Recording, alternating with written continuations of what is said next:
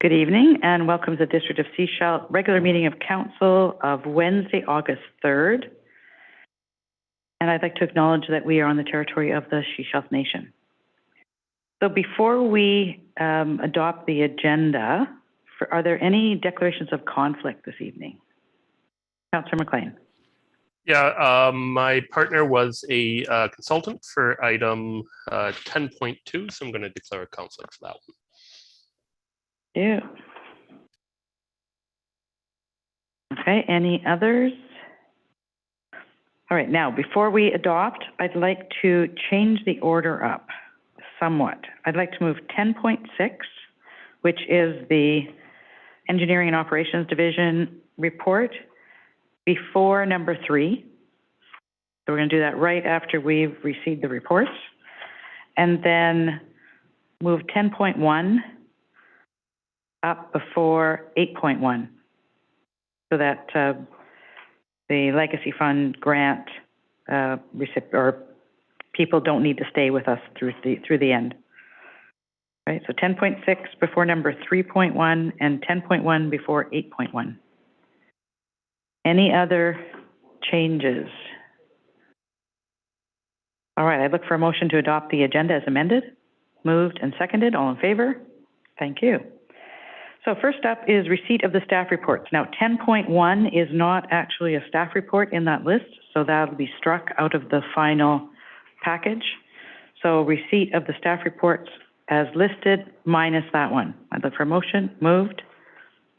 Seconded. All in favor? Thank you. So we're going to move right into item 10.6. So item 10.6 is the capital project updates from the Engineering and Operations Division. So that is on page 10.6, 328 in our package. Any questions? Questions, comments, council? Councillor McLean?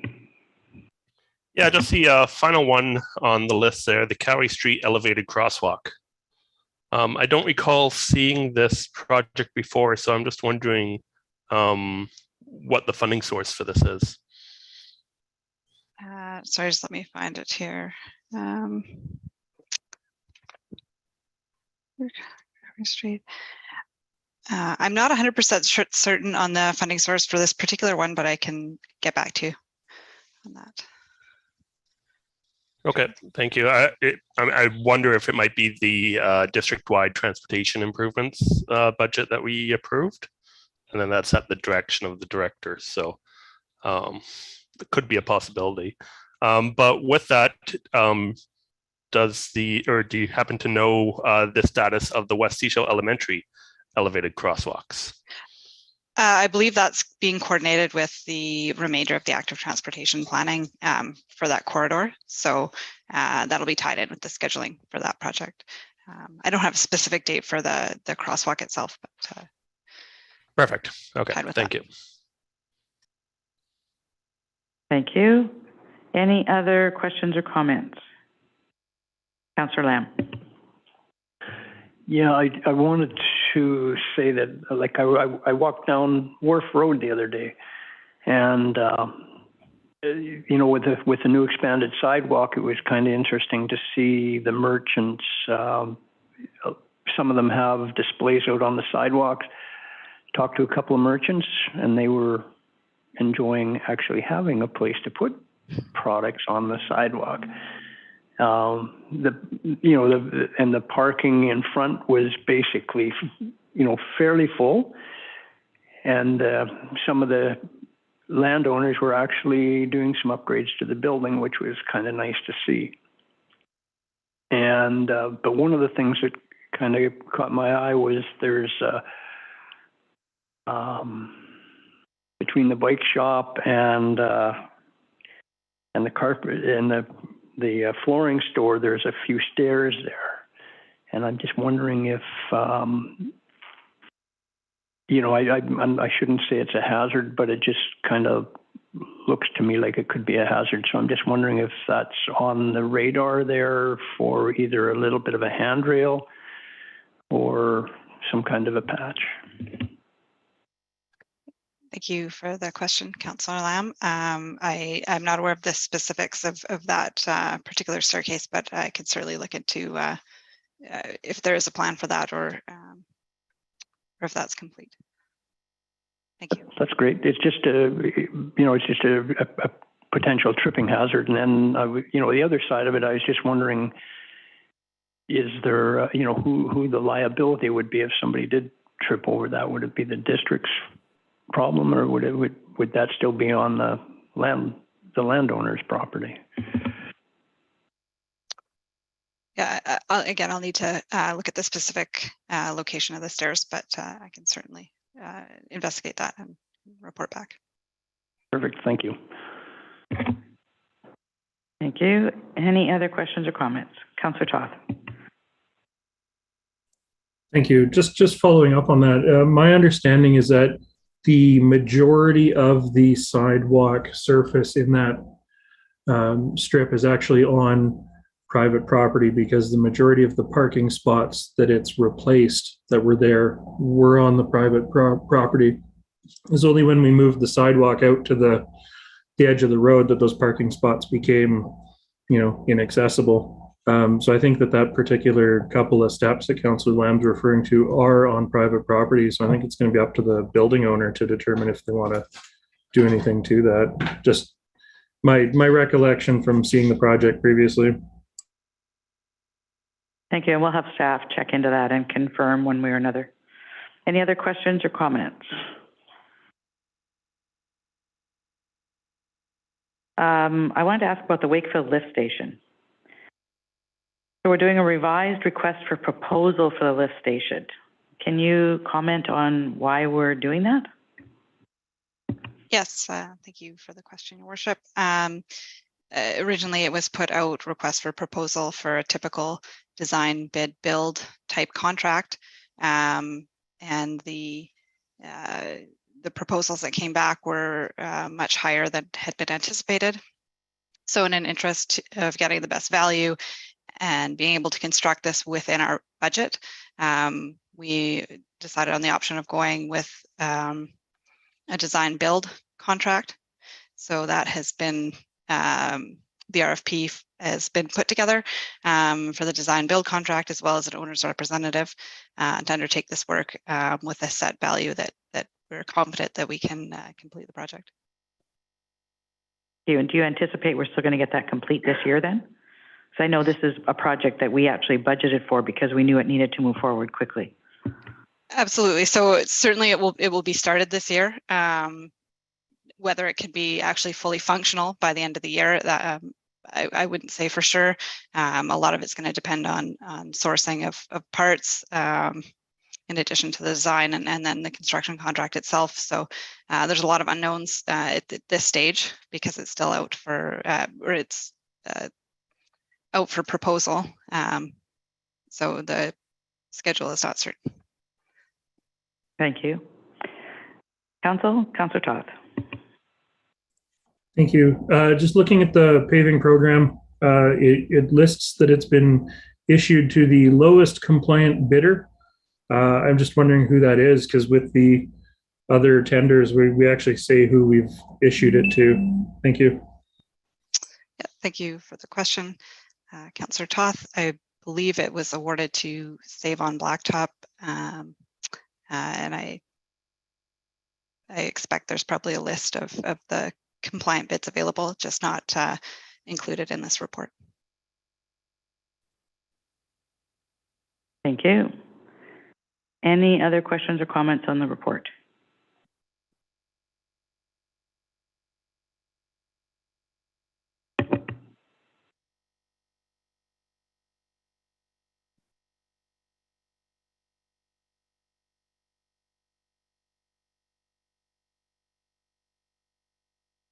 Question that's not on the report here, but I'm wondering if you can give us an update on the sewer flow meters. Yes, thank you for the question. Absolutely. They fortunately started today. 2 locations were installed and 1 more to be completed tomorrow. So we expect those to be up and running very soon, and that data will be available in real time. So that was a long time coming. Excellent. Yeah. You got thumbs up all around. Everybody's smiling. That's awesome. Oh, so we'll be able to sit here in council and watch the flow meter turn? Yeah, essentially there'll be a software platform that you can sign into and observe the data in basically real time. So we look forward to that. Absolutely. We'll get it patched through to your phone there. We'll patch it right onto your phone. I believe there's an app for that. All right. Any other questions or comments? You got some happy counselors up here. All right. No further questions or comments. Thank you. We really appreciate the information, and we'll look forward to the follow-up. Thank you. Have a good night. So we're going to move on to appointments and delegations. We have Diane Sanford here with us with Salish Sea Nearshore Habitat Recovery Project. Please come up to the mic and we'll get your presentation up. Thank you.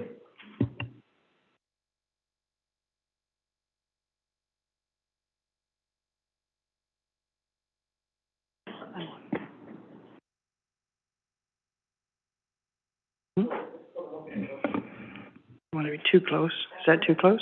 Not bad? Works? Okay, great. And I aim this way. Okay, good. Yes, I'm here this evening to give a synopsis of what we've been doing for the last 5 years. This is the last year. Our project is a multifold project on eelgrass and nearshore restoration. It was funded by many different agencies, but mainly by the Coastal Restoration Fund, which is the federal government.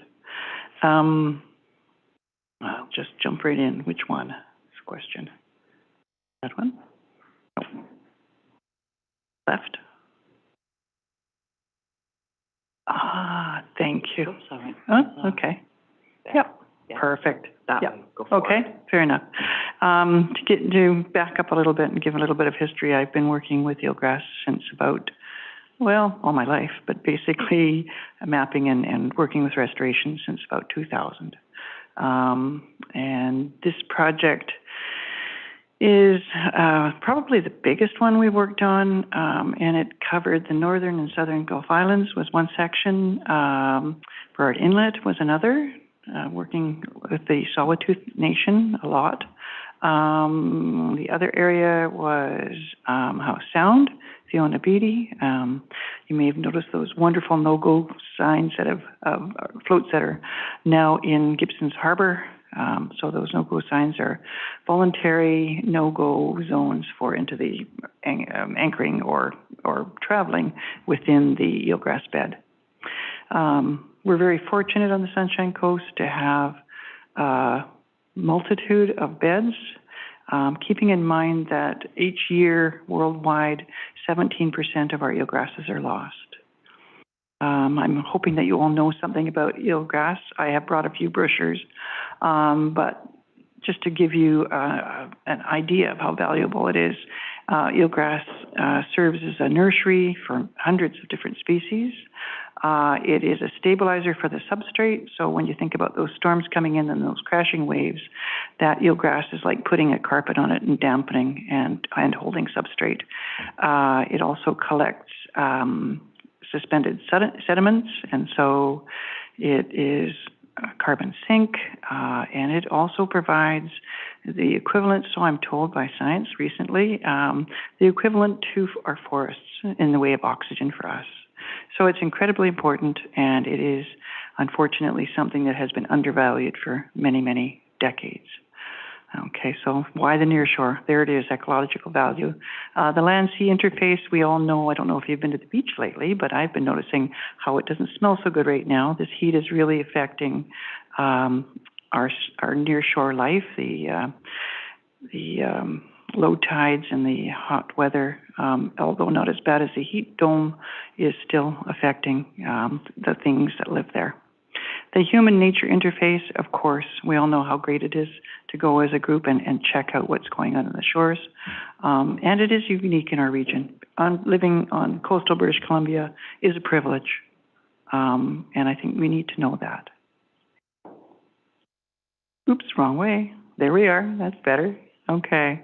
So why eelgrass? Well, the ecological value and the uniqueness, and the services and value to humans, of course, and it is vulnerable to disturbance. So think of it, it is a true plant. It needs to photosynthesize. It needs sunlight. So shading is no good. Too much sediment is no good. So you think about sources that, such as storm drains, whatever else that provide heavy sediment that will inhibit that light penetration. Okay. And just giving you an idea, this is just to give you a rough idea of the value as far as different species that use the eelgrass beds. So we have about 394, it says there are species that use eelgrass in various stages of their life cycle. And of course, salmonids are the big one that we can, come to very easily, thinking about when they're heading down from the rivers and they're coming down as smolts. They're getting used to the ocean. Where do they go to hide, to feed, to travel safely? They go to the eelgrass beds. And then backing up here to, this is an oldie, 2004 to 2012. And if you see those, the colors there on the map, there's mapping that was done by myself, by the Seashell Nation, and by the British Columbia Marine Conservation Atlas folks. The brighter pink, which is overlaid by some of the blue as well, it was done first. That was done by flyovers long ago. What we've done is the tedious stuff on the water and ground truthing. So taking a lot of time and getting to know places. Okay, and then this is the most current mapping. This was just prior to COVID, 2018. What I didn't mention is I'm the regional coordinator for Seashell's area, the other area that is of our various groups. So there was the northern and southern Gulf Islands, and there was Howe Sound, and there was Burrard Inlet, and there was Seashell.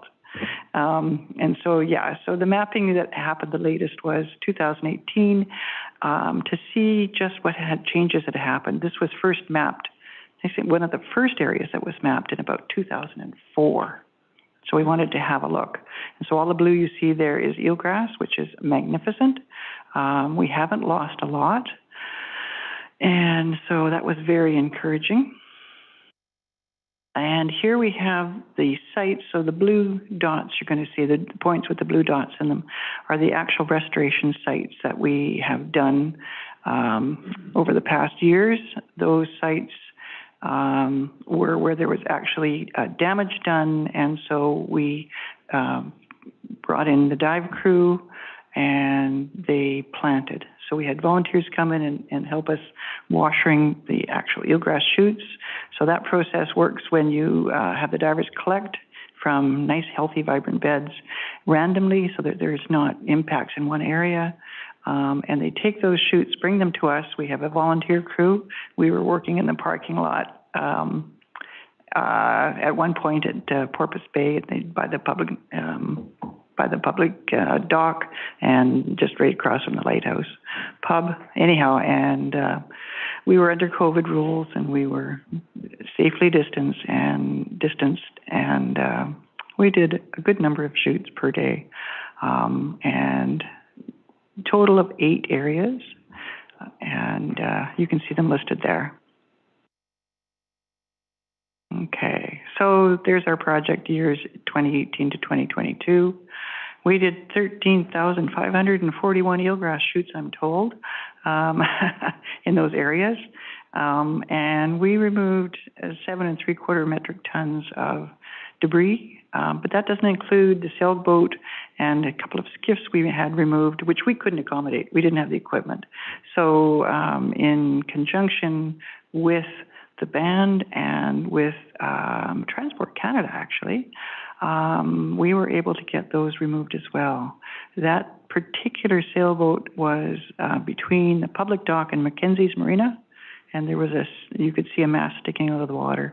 So that was smack dab in an eelgrass bed, inhibiting eelgrass growth, creating shading.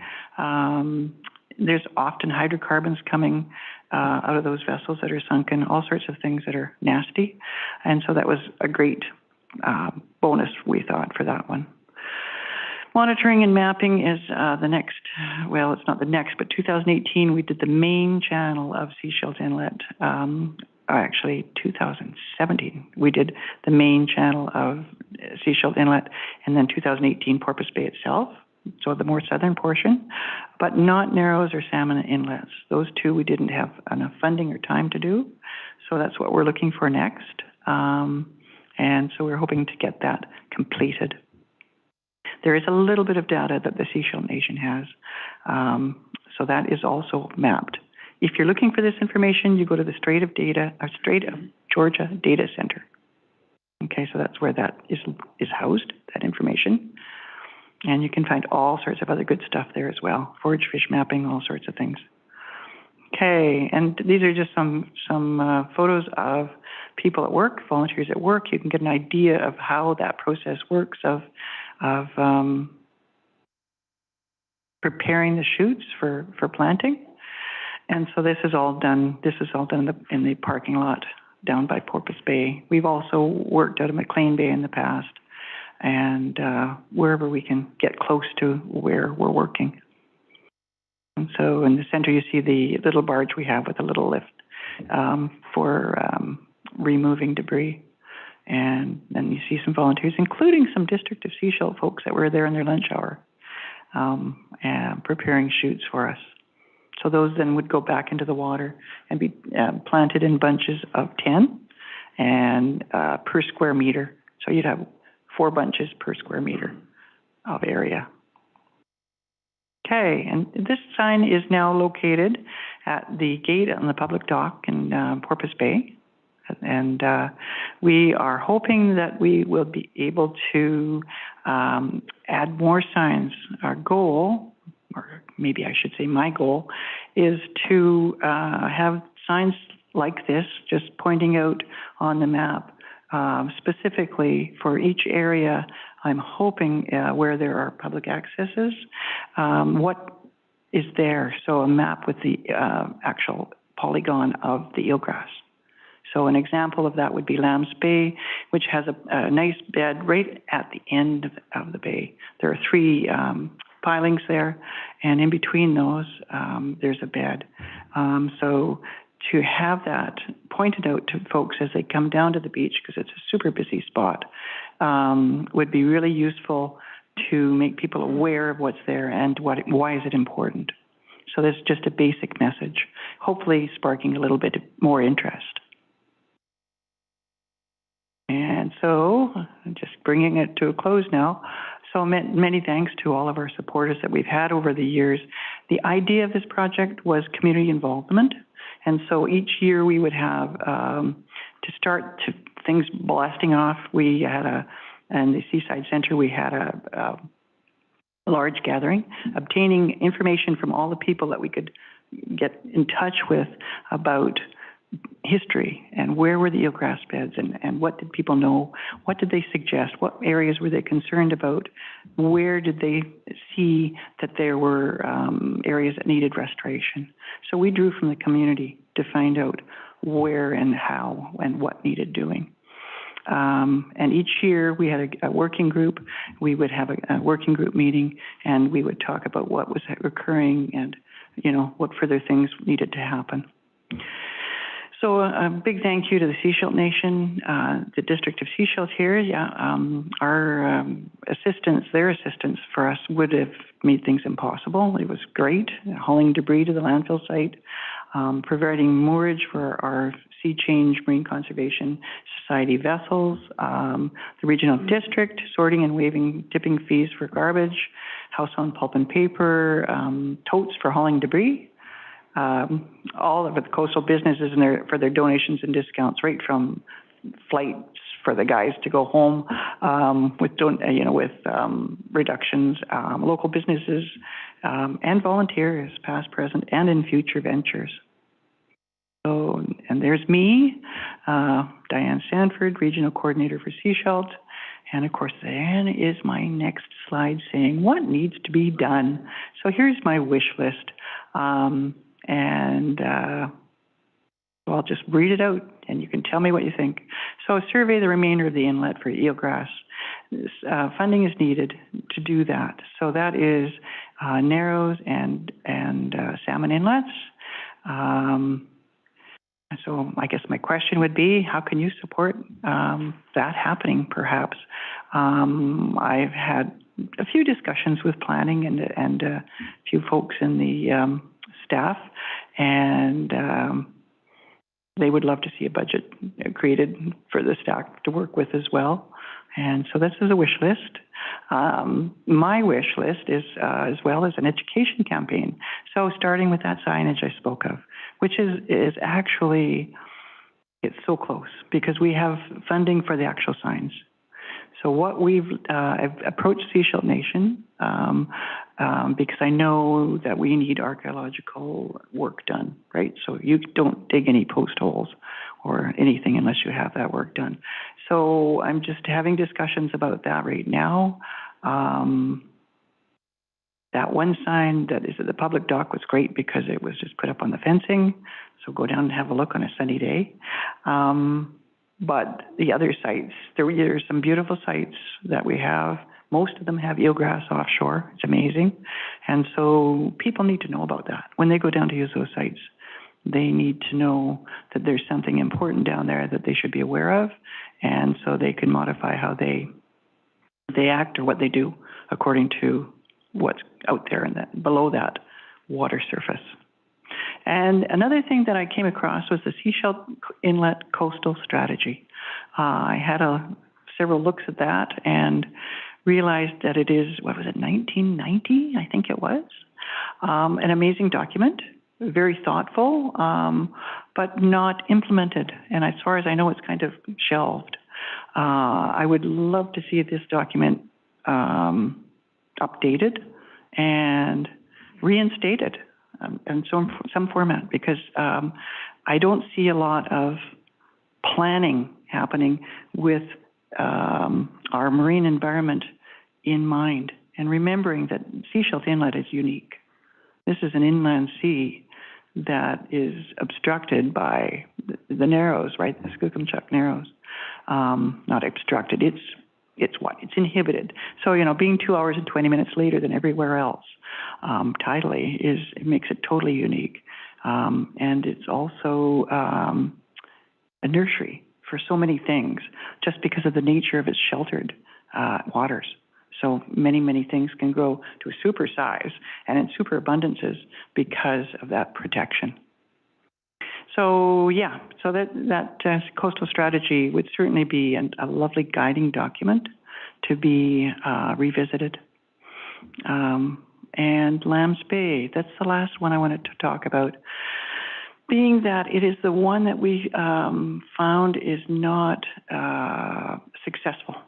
It's not a successful transplant that we've had.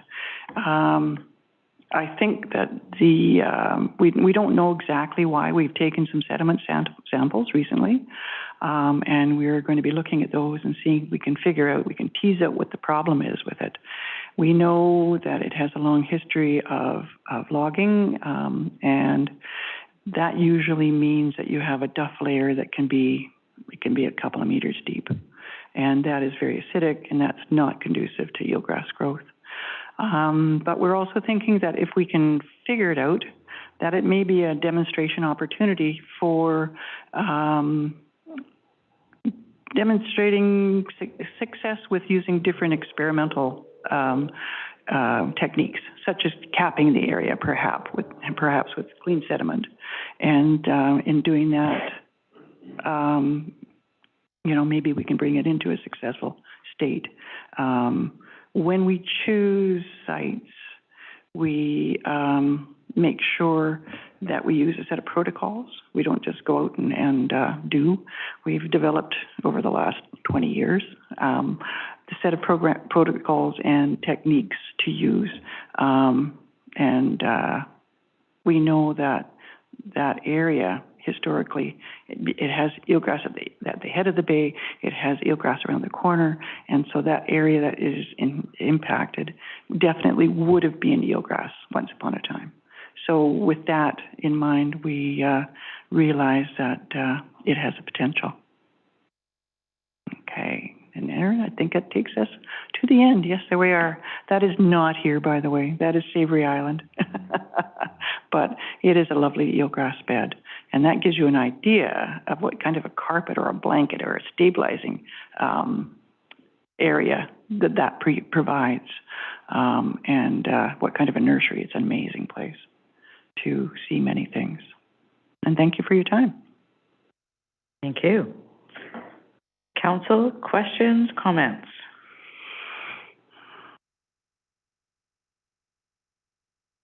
Okay, well, I've got a few things here. You're talking about, first you said at the beginning it was your last year. So is that like 2022 is the last year, or 2023?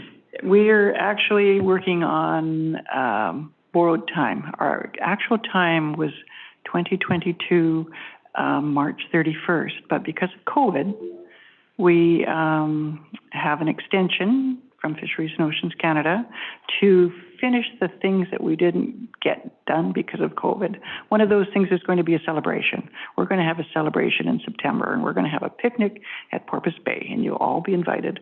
And it's going to celebrate our successes, because we've had some good ones, and the collaborations and partnerships that we've made. We really want to celebrate with the community, because we've had really, really wonderful support and, response from all of our community. Thank you. And then you talked about Narrows and Salmon Inlet. Correct. So I know the District of Seashell has been funding some of this over time. We've been giving some money. Yes. Has the Seashell Nation also contributed funding to this? They've contributed the funding for removal of the sailboat. That was between Mackenzie's Marina and the public dock. And they actually, in about, I think it was 2008, sent out their own crew and did some mapping of areas. We discussed areas that needed doing, and they went out and did some of those areas. The reason I'm asking is I know that they've got some run-of-river projects up there that they get some funding for. So does the regional district. They get funding, right, from the run-of-river projects in those inlets. Right. I'm wondering if some of those funds could be,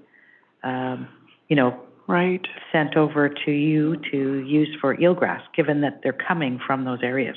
That's true. That is true. So that might be a way to approach them for that. That is true. That's a thought. Yeah. And then the Seashell Inlet Coastal Strategy. As you probably know, the federal government is looking to divest the government wharf. Yeah. We're willing to take that on, and we have not been able to finalize things with the Seashell Nation. We've been working on that for about 3 years. And, if we were to get to that, we would then look at doing some other projects potentially, or other initiatives in the inlet. But until that piece gets resolved with them, we can't move forward. Right. So it's a bit frustrating for all of us, Yeah. and we'd like to get that piece done. So if you have conversations, please also put that forward. They know that's what we're looking at doing. Right. Okay, good. That's good to know.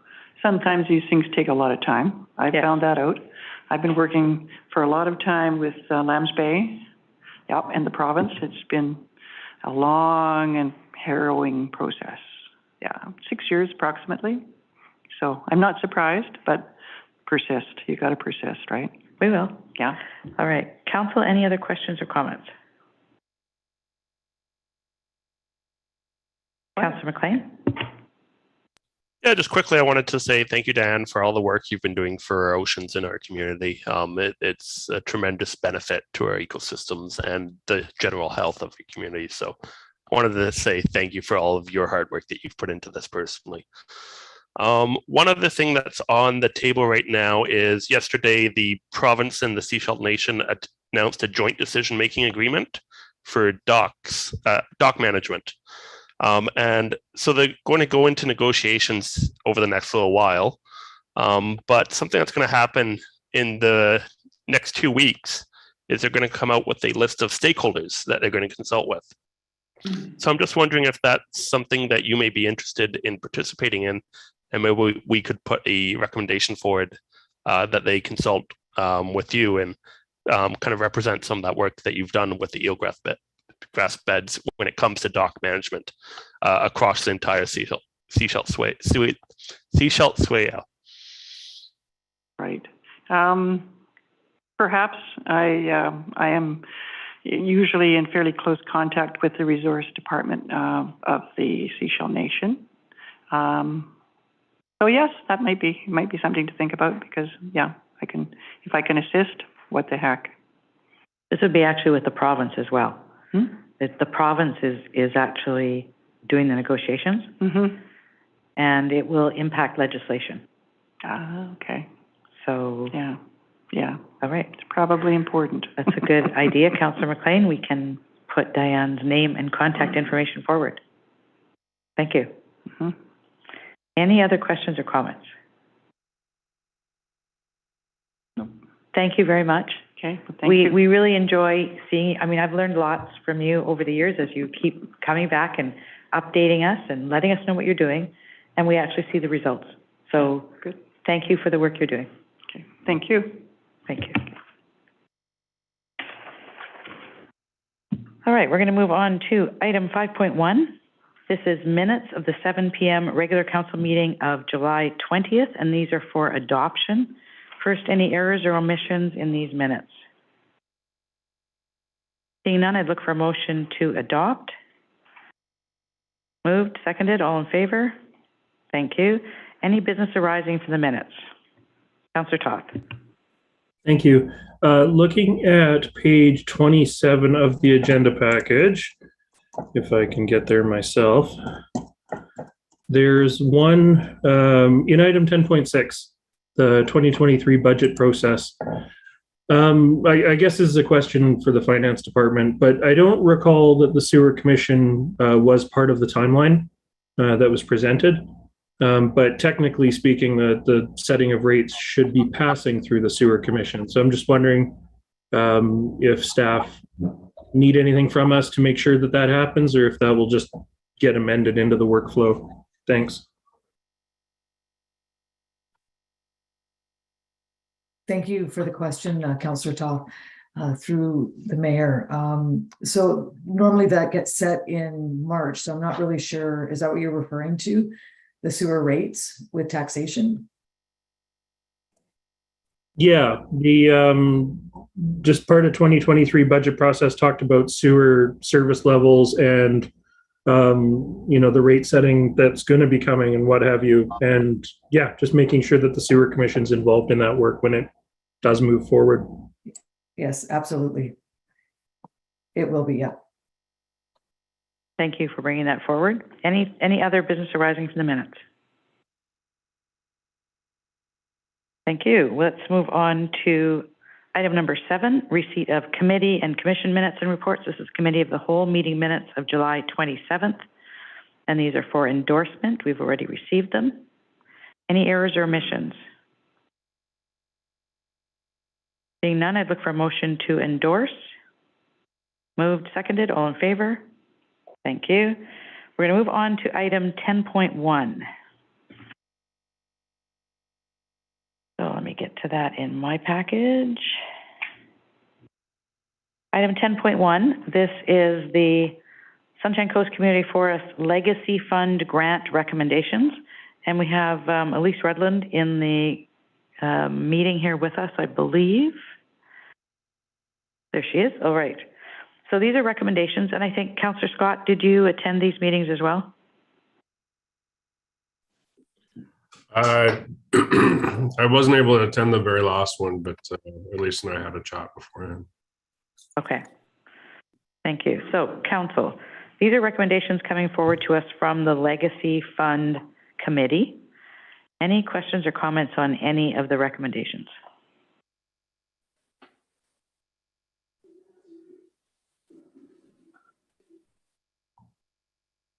All right, I did reach out to Director Lee from Pender Harbor with regards to the Egmont Community Club, because I'd remembered that they had applied to the regional district as well for some funding. And so we talked about that because I had some questions about, I didn't recall all the details about what they'd asked for and what they'd gotten and everything else. So I'm happy with what has come forward here. I also reached out to Sailor Sea Regenerative Farm Society because it looked like they'd come to us for funding and nobody else. But I was informed that they actually have other funding that's been put in, just not into this project. So this is a separate project that they're looking for, but they have already contributed funding to other projects within that overall project. Any other questions or comments? All right, so there is a recommendation on page 57, I believe, 56 and 57 with some amounts. Sorry, that's the other amounts. That's once the money is withheld. So it'll be on page 55, 56. Some recommendations. Council, what would you like to do? Councillor Scott? I'll move that council move forward with the amounts as recommended. Thank you. Is there a seconder for that recommendation? Seconded. Thank you. Any further questions or comments? Thank you to the Legacy Fund Committee. I know it's difficult to do this.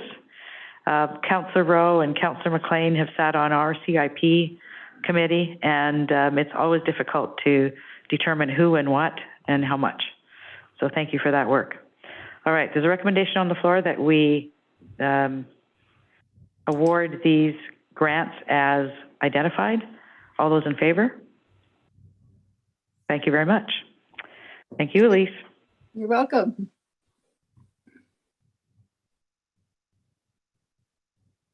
If I may, real quick, Yes. sorry. On page 55, it mentions that there were 9 applicants, but I only see 7 in the list.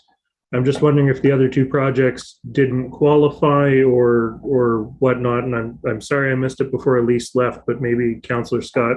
Oh, Elise is still here. I'm just wondering if somebody can speak to that. Yes, 2 of the projects. Oh, can you hear me? Yes, we can hear you. Okay. Yes, 2 of the projects, when we accepted their letter of interest and invited them to put in a full application, that does not mean that we would fund the application. And 2 of the projects we felt were not ready. They should be ready. And another project, they didn't have their financials in place yet. So. Thank you. Thank you. Any other questions before we let her go? All right. I think we can let you go now. Thanks, Elise. Okay. Okay. Okay. Bye-bye. Moving on to item 8.1. This is for 3 readings, business license amendment bylaw number 520-5, 2022, prevention of sex trafficking. And this is our deputy corporate officer. Thank you, Your Worship. I do have a brief presentation if council will be interested in seeing that.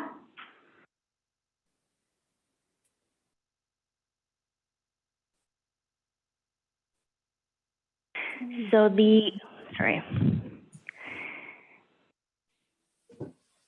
original concept for the prevention of sex trafficking came through multiple presentations from Kathy Peters, who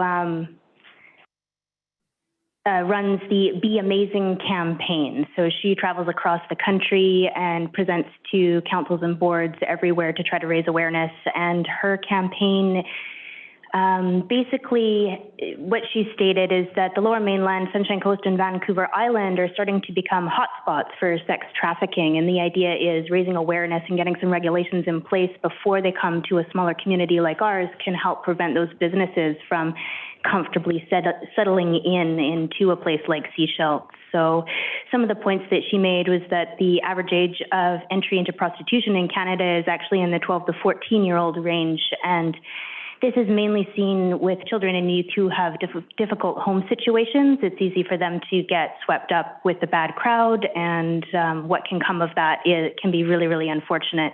A child sex trafficker can make up to $280,000 per child, so it's not small money. So Seashell's actions to date, Council resolved in April to start to take action on this. And so far we have had staff complete the Office to Combat Trafficking in Persons training. This is a free online course that just helps staff understand what to look for in some of these operations, and just when staff are out in the community, they see different types of people roaming around, and you can kind of start to keep an eye out and be able to spread the word, whether it's our CMP, school district services or community services. There's various different organizations that work on these problems as well. So one of the other things that Council had resolved was to start a letter writing campaign, excuse me, again, raising awareness amongst our local community groups, school district, and also advocacy to the province to enforce or to create some stronger legislation at the provincial level as well. So pending, and the reason that we're here today looking at this topic is to look at a business licensing bylaw amendment to make it more difficult for sex traffickers to start up operations in Seashell. Basically, what we're proposing is to add some definitions, identify businesses where this type of activity has been observed in other communities. And to be honest, we did a lot of research, and there haven't been a lot of communities that have implemented these changes in BC yet. It's more widely adopted in other areas, but White Rock and Port Moody were two that had implemented changes, so they were the main basis for the changes that we're proposing here today. In addition to identification is adding some regulations. So these are requirements around the physical space, not allowing locking mechanisms in the facilities where this body work is what it's termed, is taking place, increasing the visibility so that those rooms are not entirely enclosed and can be visible from other areas of the facility, as well as making sure that the illumination in the rooms is sufficient to perform a appropriate service. In addition to that, there's some requirements that business owners would have to share information about their staff upon request of the licensed inspector of the District of Seashell. So if there were any questions, that we would be able to obtain some information about who's working there, how old are they, and to kind of help get a better understanding. And if any suspicions were to arise, to provide that information as appropriate to any authorities that might be able to take action there. So there are some exclusions. Any profession that is regulated under a statute of the province of BC would be excluded. So that would include medical professions, therapeutic, chiropractic treatment, anything that already has a regulatory body overseeing them would be exempt from these changes. Regulations are also applied at the discretion of the licensed inspector, and may also exclude existing businesses if they are in good standing. So the recommendation is that the proposed amendment be read 3 times tonight. Thank you. Thank you. Council, any questions or comments?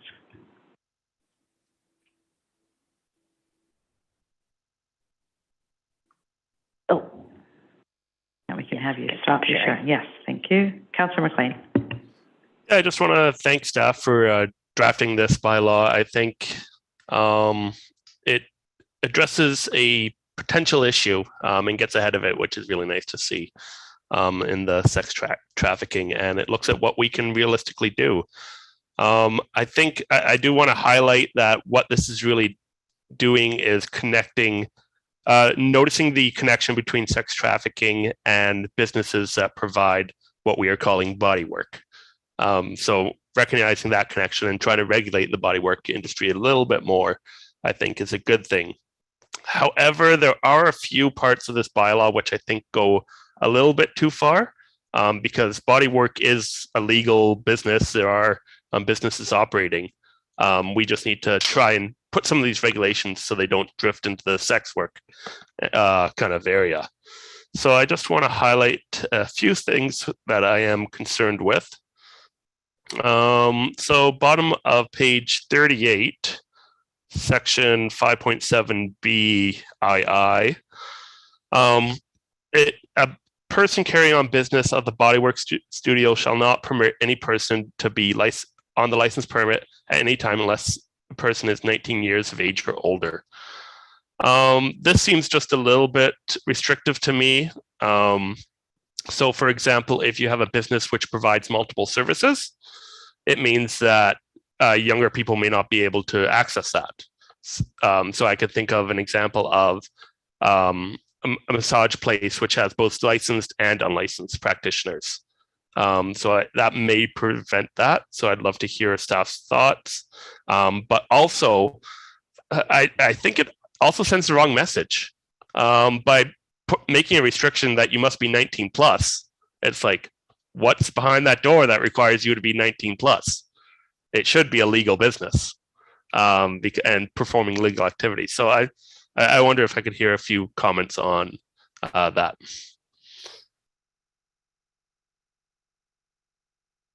Thank you for the question, Councillor McLean. We'd have to do a little bit more research on that, I think, to provide some clarification, but it certainly doesn't preclude younger people from working in offices that do have licensed practitioners there. Any practitioner that is working under a regulatory body that's already regulated would be exempt from these rules. So those facilities would certainly be open to younger people providing assistance and, potentially being trained in apprentices and things like that. It's just the unregulated ones that are the focus of this proposed amendment. Follow up? Yeah, so just for clarity, that pertains to section I. Section II, section 2, prohibits customers essentially from accessing this if they're under 19. Which I think goes too far, and I'd prefer that that entire section is struck.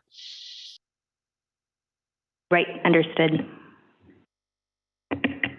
Thank you. The one I had a question about was actually number 3 there. And you're indicating this is for licensed. It is not applicable for those who are licensed. So regular registered massage therapists, for example, would not be, this would not be applicable to them. Because it talks about outer garments covering his or her body between the neck and the top of the knee, and the sleeves of which do not reach below the elbows. So I know my massage therapist that I go to uses her elbows, right? She's in there with her elbows in my back. And if she's got sleeves that go down beyond that, it wouldn't work for her. But because she's registered, it's okay. If it's not registered, that's where we're having issues. That's, excuse me, that's correct as far as what the proposed amendment is proposing. All right. Any other questions or comments on this report or the bylaw? Councillor McLean. Yeah, so 2 other areas I think it's a little overly restrictive. Page 39, section, 5.7 C3. Every room used for bodywork must be equipped with lighting of at least 550 lumens. Wondering if that's necessary. I think work can be done in a darker area in a legal fashion. So I think that's just going a little bit too far. And then the section after that, section 4, about the window. I think the window is a great idea, but just trying to make that a realistic expectation, visible from the reception area. That might involve some major renovations, whereas a much easier way to implement that is simply get a door with a window in it, which may not be visible from reception, but increases that visibility. So those are 2 other concerns that I do have with this. All right, council, any other questions, comments, concerns? All right, how would you like to proceed with this? The recommendation is that we give the bylaw as presented, first, second, and third reading. What would you like to do? Councillor McLean? Yeah, I'd like to strike a few of those sections that I mentioned. So I'll go through one by one with a few amendments, if that works. All right, did you want to strike them, or would you like staff to actually look into them and come back with information on them for potential changes? My preference would be strike, but I'll take whatever direction the rest of council wants. That's fine. It's up to you, Councillor Toth. It's up to me. Thank you, Chair. No, I would prefer to refer it back to staff. I've got a couple of other comments that I wasn't sure I wanted to make. But if we're wordsmithing and talking about it in some depth anyways, I might as well make the comments. In reading the language, there is a lot of his, her gendering on this, and I'm just wondering if we refer it back to staff, if we can swap that out for them, their, more gender neutral pronouns. So just my comments. Thanks. Thank you. So Councillor McLean, you had, I missed the second ones that you referred to. You said it was 5.7. Is something where you're talking about lumens, et cetera? Yeah, page 39. Yeah, but I don't have page numbers again. Section 5.7. Yes. Subsection E. E, okay. E, 2 and 3? 3 and 4. 3 and 4, okay. Yep. So the window and about the light room being lit. Perfect. All right, so staff have made note of those. Thank you. All right, Councillor McLean? I will move that we refer this item back to staff. Thank you. Is there a seconder? Seconded. Number of seconders. All those in favor? Thank you. Thank you. Appreciate that one. Moving on to item 8.2. 8.2 is the District of Seashell Bylaw Notice Enforcement Implementation Amendment Bylaw number 515-8, 2022. And this is before us for adoption. Council, any questions or comments?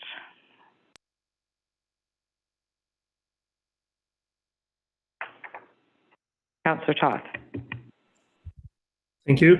I know we've received a couple of emails with some, well, I've received a couple of emails with some concerns about enforceability of things. However, I also know that our bylaw department uses the fines as sort of a last resort. So knowing that our bylaw enforcement department strives for compliance before penalty, I'm happy to move the recommendation here on page 41 that council proceed with adoption of bylaw notice enforcement implementation bylaw 515-8, 2022. Thank you. Is there a seconder for the recommendation? Seconded. All right. Any other questions or comments before I call for the vote? Councillor McLean? Yeah, I think I got the same email as Councillor Toth. So one of them really did stand out to me. Top of page 45 in the fees and charges. It mentions, it refers to an item that's keep all totes or collection containers securely closed if placed at the curb for collection. Whereas our recommendation is that we leave them open so that they can be accessed by the waste disposal. So that just seems to be a bit of a conflict in direction there. Mr. Pelt? Thank you for your comments, Councillor McLean. That is actually referring to more, it's tied to so people don't pile garbage and that on, like leave the lid open. It's not to do with the locking of the lid. It's so that people aren't putting things above, like piling the garbage can too full, or even like the recycling, they've got to do it to the side and that. That is a legacy that comes from our old bylaw. It probably wouldn't be used, like you said, it'd be a last case, but it's not tied to locking the totes on collection. It's tied to when people, you'll see it sometimes, they have garbage piled way up and the lid is open.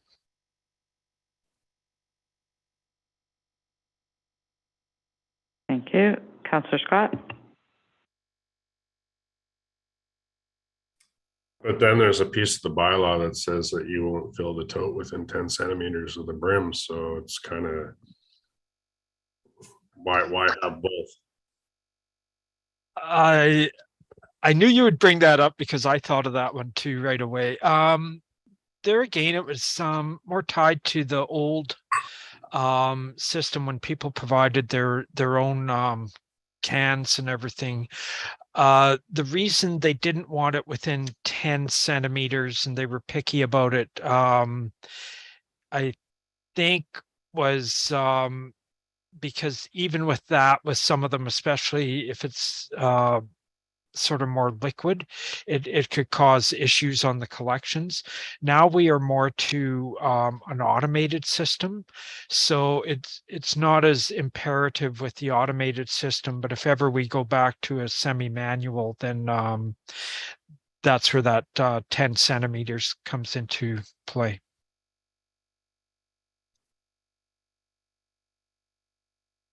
Councillor Scott, anything further on that? Councillor McLean?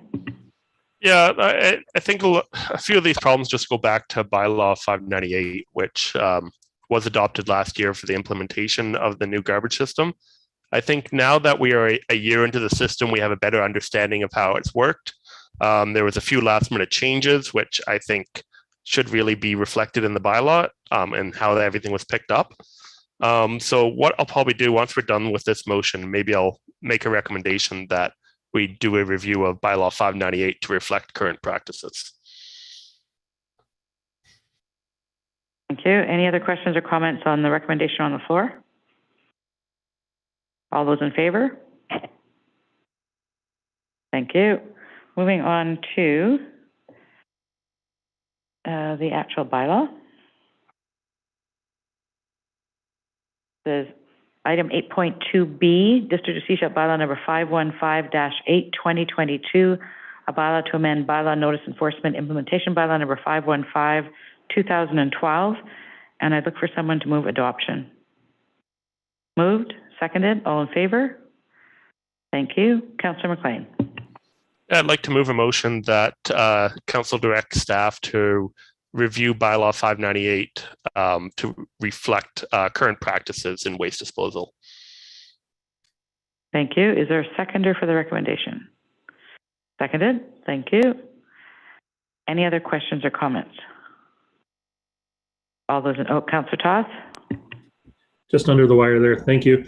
Thank you, Councillor McLean, for bringing this forward, because when the bylaw originally came for readings, I wasn't able to be at the meeting, so I wasn't able to sort of dig into some of the things that I had concerns with. So I'm hoping that this review will result in some of those concerns that I had being taken care of. So thank you. Thank you. Any other questions or comments? All those in favor? Thank you very much. All right, we're moving on to item 8.3. 8.3 is, sorry, hang on, go away. This is the Highways and Parking Amendment Bylaw number 516-3, 2022 on page 47. And this is before us for adoption as well. Council, any questions or comments on this one? This actually is the, this has to do with the other one that we just passed, I believe. No, go ahead. Mr. Pelt. Oh, sorry. This is the one to do with maintaining people's boulevards and keeping their culverts clean. You might be referring, then we had to do the fees bylaw was the next one. Yes. So. All right. Any questions or comments on this one? There is a recommendation on page 47. What would you like to do?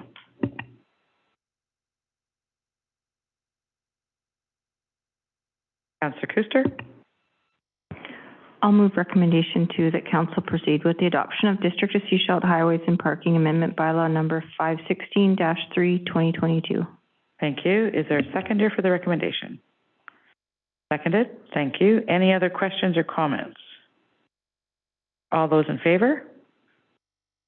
Thank you. And we'll move on to the actual bylaw. This is item 8.3B, page 49, District of Seashell bylaw number 516-3, 2022, a bylaw to amend highways and parking bylaw number 516, 2012. And I'd look for someone to move adoption. Moved. Seconded. All in favor? Thank you very much. Moving on to item 8.4.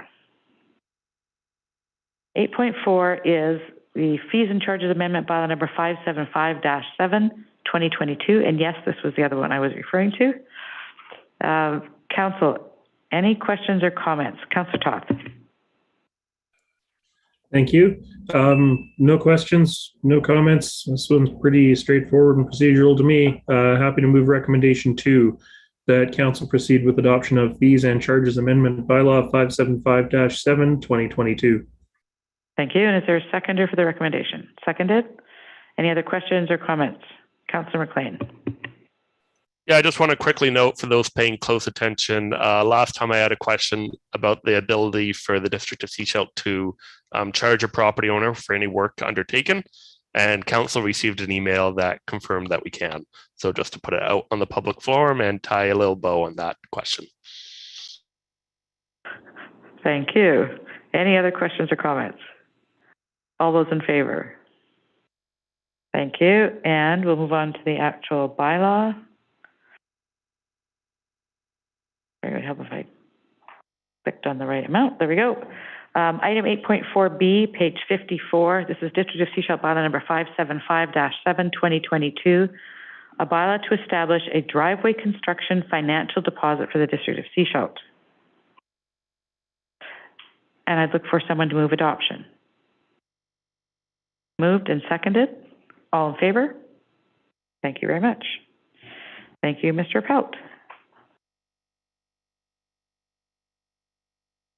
Moving on, we have already done item 10.1, so we're on to 10.2, and Councillor McLean is going to leave us for this one.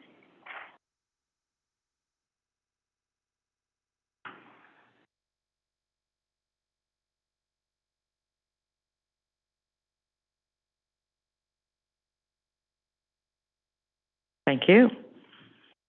So item 10.2 is development permit for 5038 Laurel Avenue. It's Homai, I believe it's pronounced, Havey subdivision. And if I said that wrong, please correct me. And we have Mr. Hall with us. Thank you, Mayor and Council. I have a presentation, and then I believe the applicants who are in the virtual gallery will also have their own presentation following mine. So I'll share my screen here.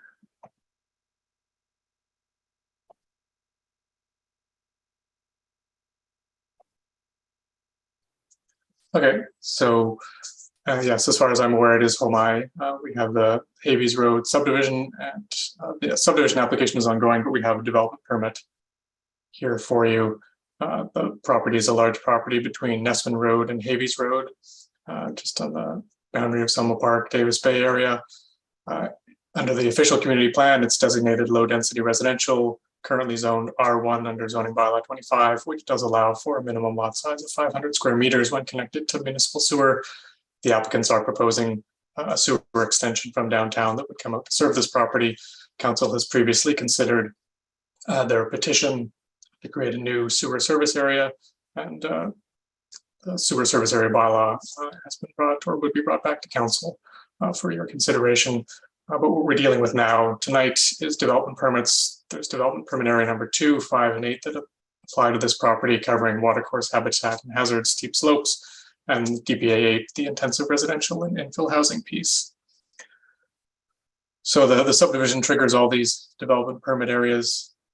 Normally the environmental and hazard development permits would be delegated to staff, but given the size and scale of the application and the application of development permit area number 8, it's all being wrapped up into one development permit for council's consideration. We have a 99 lot subdivision with lot sizes ranging from 500 square meters to 900 square meters, and the new public park proposed in the lower corner down here. So what we're really looking for tonight is development permit area 8 applies to the property because of the small lot sizes, as well as because it's subdivision within the low density residential area designation in the OCP. And what DPA 8 is really looking at doing is, creation of compact housing forms, infill development, looking at trying to address different housing types and the range of housing, trying to get at affordability in one aspect, but obviously not really impacting affordability in any meaningful way in terms of a housing agreement or something like that, but providing some controls on site and subdivision planning as well as housing forms. So there is a preliminary layout review letter issued for the subdivision. The development permit is one of the key conditions within that, but there's lots of other conditions that have to be met before the subdivision would be approved. But one thing, the development permit we're trying to get to earlier in the subdivision process, because it could have implications for the lot layout, especially if the applicants hadn't incorporated the guidelines from the beginning. However, they have done that. And DPA is looking both at the subdivision layout as well as streetscape, the housing forms, and kind of trying to emphasize the house entrance over the garage, setting garages further back from the street than the main entrance to provide a more pedestrian-friendly streetscape. But depending on the application, especially at subdivision, the subdivider, the developer may not be the one building the houses. So the scope and scale of development permit area applications can vary. This is certainly one of the largest, if not the largest, development permit area 8 application we've been dealing with in terms of the number of lots and the fact that the developer would be building out all the homes or having assigned housing types, as we'll get to in a minute. So this application, this permit deals with a larger range of issues than a lot of our previous DPA applications have dealt with. But like I said, we've got a PLR. The new sewer service area has been authorized, but obviously servicing agreements are a next big step. The APC has reviewed this application at 2 other meetings. They provide valuable feedback, and the comments have been incorporated and addressed by the applicants, which I'll speak to as well. So this is a site plan just showing there's 6 different housing types that the applicant has proposed, and they've laid out this key plan showing where those different housing types would apply based on both the lot sizes and the location of those lots. So we can see housing types A, B, C, D, E, and F, also increasing in size for the larger lots as well. And then as part of the development permit, there's a landscape plan, which is really focused on the streetscape and the boulevard areas. So not landscaping on the private properties, but incorporating the requirements they'd have to do as part of streetscaping for the subdivision, while trying to address DPA 8 guidelines as well from a landscape perspective. And this helps address sort of housing issues and some of the infill pieces around getting at housing size and the effect on neighbors, balancing landscaping and housing types.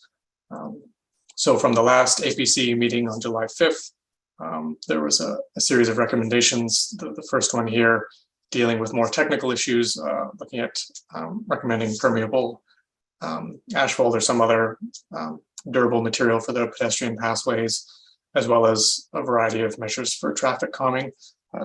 These pieces won't be dealt with through the development permit. That's something we can deal with through the subdivision application review and deal with through the servicing agreement piece. The subdivision bylaw doesn't require sidewalks on local roads outside the downtown area, so that's not been a requirement for this subdivision. But the applicants were proposing just a a grass pathway as an off-road path, but it's something we'll revisit in terms of addressing. If there is going to be a pathway, the APC comments will be taken into consideration in terms of making sure there's a durable material used. And if not, then the bylaw doesn't require sidewalks on the local roads. Laurel Road as a collector road is different. There'll be a multi-use pathway there. And the speed limit piece, again, that's something, there's no default speed limit for local roads. So choosing a lower speed limit is an easy option. That's what we'll get to through the servicing agreement review. Of more interest for the development permit, the APC recommended that the applicant provide a wider variety of color schemes for all the housing types to allow for a mirror image layouts of housing types and provide for a wider variety of roof styles for 3 of the housing types. So the applicant has updated their program. They provided revised color schemes and roof types for all the housing types, the A through F. They've come up with 4 different color schemes and 3 different roof types for each of the house types. I'll show some examples of those in a minute. But in terms of the mirror image aspect of the DP8 guidelines, there's actually a specific guideline that doesn't support mirror imaging of floor plans. So that's where the applicants couldn't meet the recommendation of the APC in order to comply with the DP8 guidelines. But they have provided updated color and roof. So here's just a sample. This is house type A. This is showing off the 4 different color schemes. We have the light, the dark, the blue, and the red. And then in terms of the 3 different roof styles, we've got 1 style, 2 style, 3 style. So between color schemes and roof styles, each house type has at least 12 different combinations that could come on a lot, which would provide one of the main issues that the development permit guidelines are trying to get at when we're looking at house types in particular is to avoid repetition and avoid repetition along the street, especially on some of the longer blocks where you might have the same house type apply to provide enough variation that you're not going to get the same house right next to each other. And the applicants have basically attempted to do this with the colors and the roof styles. So from a staff perspective, looking at all the different aspects in terms of landscape, site design, subdivision plan, housing types, staff consider that sufficient objectives and guidelines have been met to recommend approval for council to consider.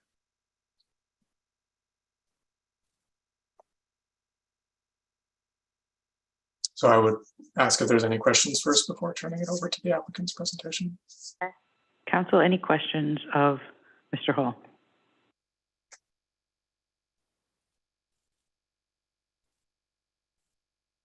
Councillor Lamb?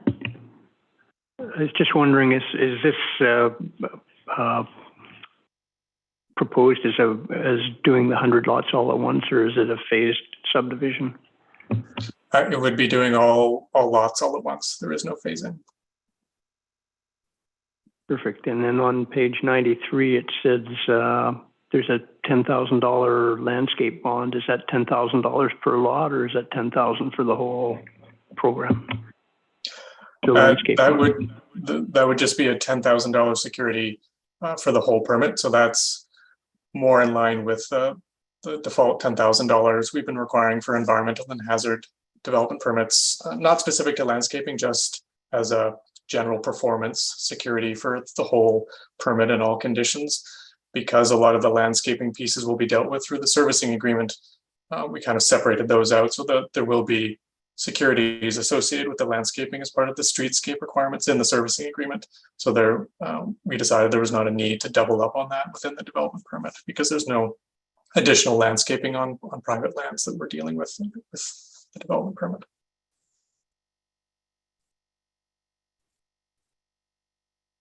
I was also just wondering about access to the highway. This has the potential to put quite a few more cars, and so would it be coming down through Nessman Road or down through Havies Road, or would it be split basically?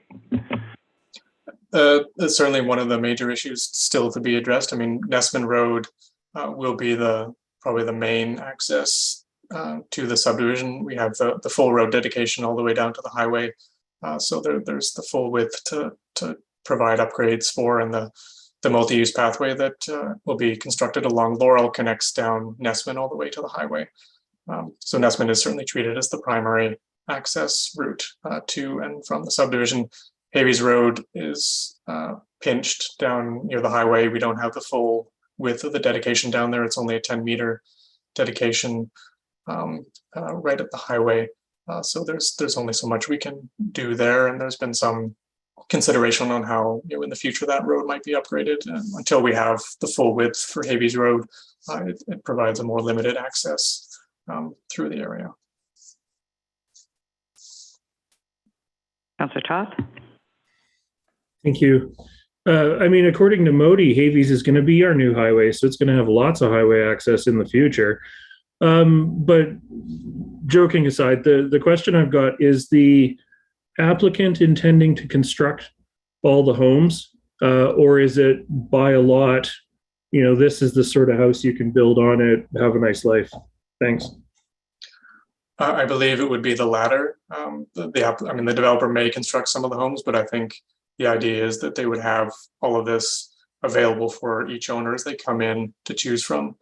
And that's, obviously enshrined in the development permit moving forward, that this is part of the package, that nobody can do anything different, but they have this selection to choose from. Go ahead. So just as a follow-up to that, then this is just a comment to follow up on that. It could result in a fairly long development time for this subdivision. When we look at up Calgary Street past the high school, it's two subdivisions side by side. And the difference between the one that made lots available for people to build on their own and the one that had plans ready and, arranged for the home construction, like the latter is sold out. The former still has empty lots in it. So some concern there, but obviously that's the way they've chosen to go about it. So thank you. Thank you. Council, any other questions for Mr. Hall before we invite the applicants into the meeting?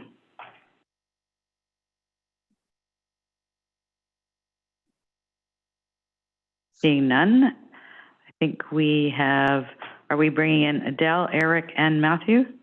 Oh, we got other ones. Perfect. Thank you. We have Kia. Is it Kia there? That's right. Yeah, Kia Zarabi and Eric from Perfect. JB Coast Consulting. Thank you. And you have a presentation for us as well? Yes, we do. Yes, we do. Okay. Thank you, Mayor Seegers and councillors, for affording us the opportunity to present on this application. And by way of introduction, I'm Jurek Anatolbzowski, and my colleague here is Kia Zarabi. We're both from JB Coast Consulting, a local consulting team. And part of our project team is Matthew Cheng, who is the architect for the project. And the owner is Home A, close, Mayor Seegers. That's the way that we pronounce it anyway. So firstly, I thought I'd provide just a little bit of a status update on the project.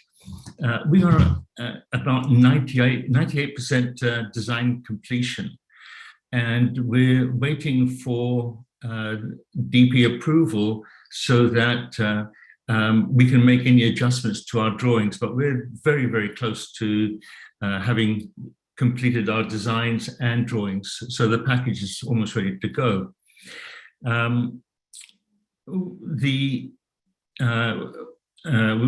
had 2 meetings with the APC, and our focus is going to be on the design recommendations that they had at their last meeting. And our objective here is to obtain council approval so that we can proceed to the signed servicing agreement and construction, obviously together with staff review as we go along.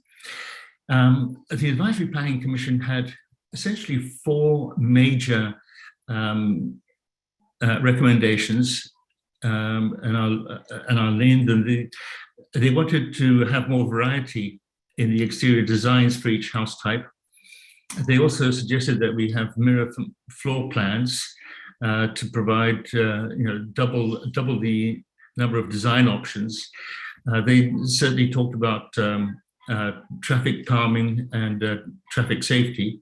And the last one was pedestrian pathways that Mr. Hall mentioned.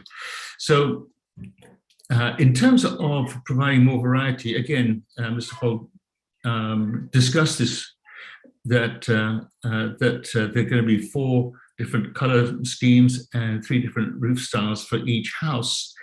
And at the end of this short presentation, Kia will go through what those look like in probably a little bit more detail. In terms of mirror imaging the plans, that was something that the APC discussed, but while it may seem like a straightforward thing to mirror image house plans, they in actual fact create lots of headaches because the design depended on locating houses and the interior designs to make best advantage of the arc of the sun, as it were, the passage over the house, together with views out to the ocean. And mirror imaging would actually sort of change the whole thing kitty corner. And when a subdivision is built, some of the infrastructure, for instance, let's say like curbs, certainly let down curbs on barrier curbs, would have to be demolished and rebuilt on the mirror image of the building, together with it would impact infrastructure services, how they're located, they'll be longer. And so there's, and even potentially it might even change some of the minimum building elevations. And to reiterate what Mr. Hall has said, the mirror image front facades are not supported by the OCP. And we've included the passage out of the OCP for that. So our request is that recommendation is dropped from this.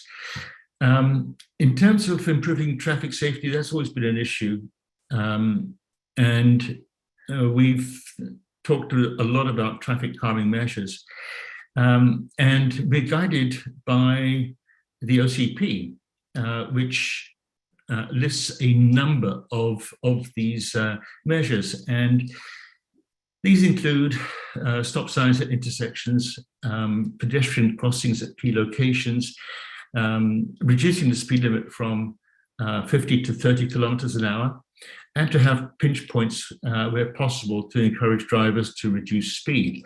It's always been seen that Laurel Avenue has the potential to be a racetrack. So we've done what we can to resolve that. And so this is the image of Laurel Street, and on it you can see that at the intersections of the major roadways, we've got stop streets, stop signs. We have a pedestrian crossing. The road coming in from the east is called Road C, and so that would be a stop sign and a pedestrian crossing there. So there's all the features that we could think of, save speed bumps. We've incorporated, together with pinch points and that kind of stuff. So we feel that we've done as much as we can without constricting passage through there so much. In terms of pedestrian pathways, again, the APC talked about that they didn't really want grass. In fact, I think the comment was anything else but grass. And And one of the features that we have incorporated is a major pathway, a multi-use walkway bicycle path that's 3 meters wide, and it would be on the, I guess it'd be on the west side of Laurel Avenue, which would create a passageway for pedestrians right across from Havies Road through to Nesman Road, and then down to the highway on the north side of Nesman Road, and then up to Chapman Creek Trail. So we've incorporated that. And as far as other pathways, these are sort of going to be more incidental pathways to the subdivision.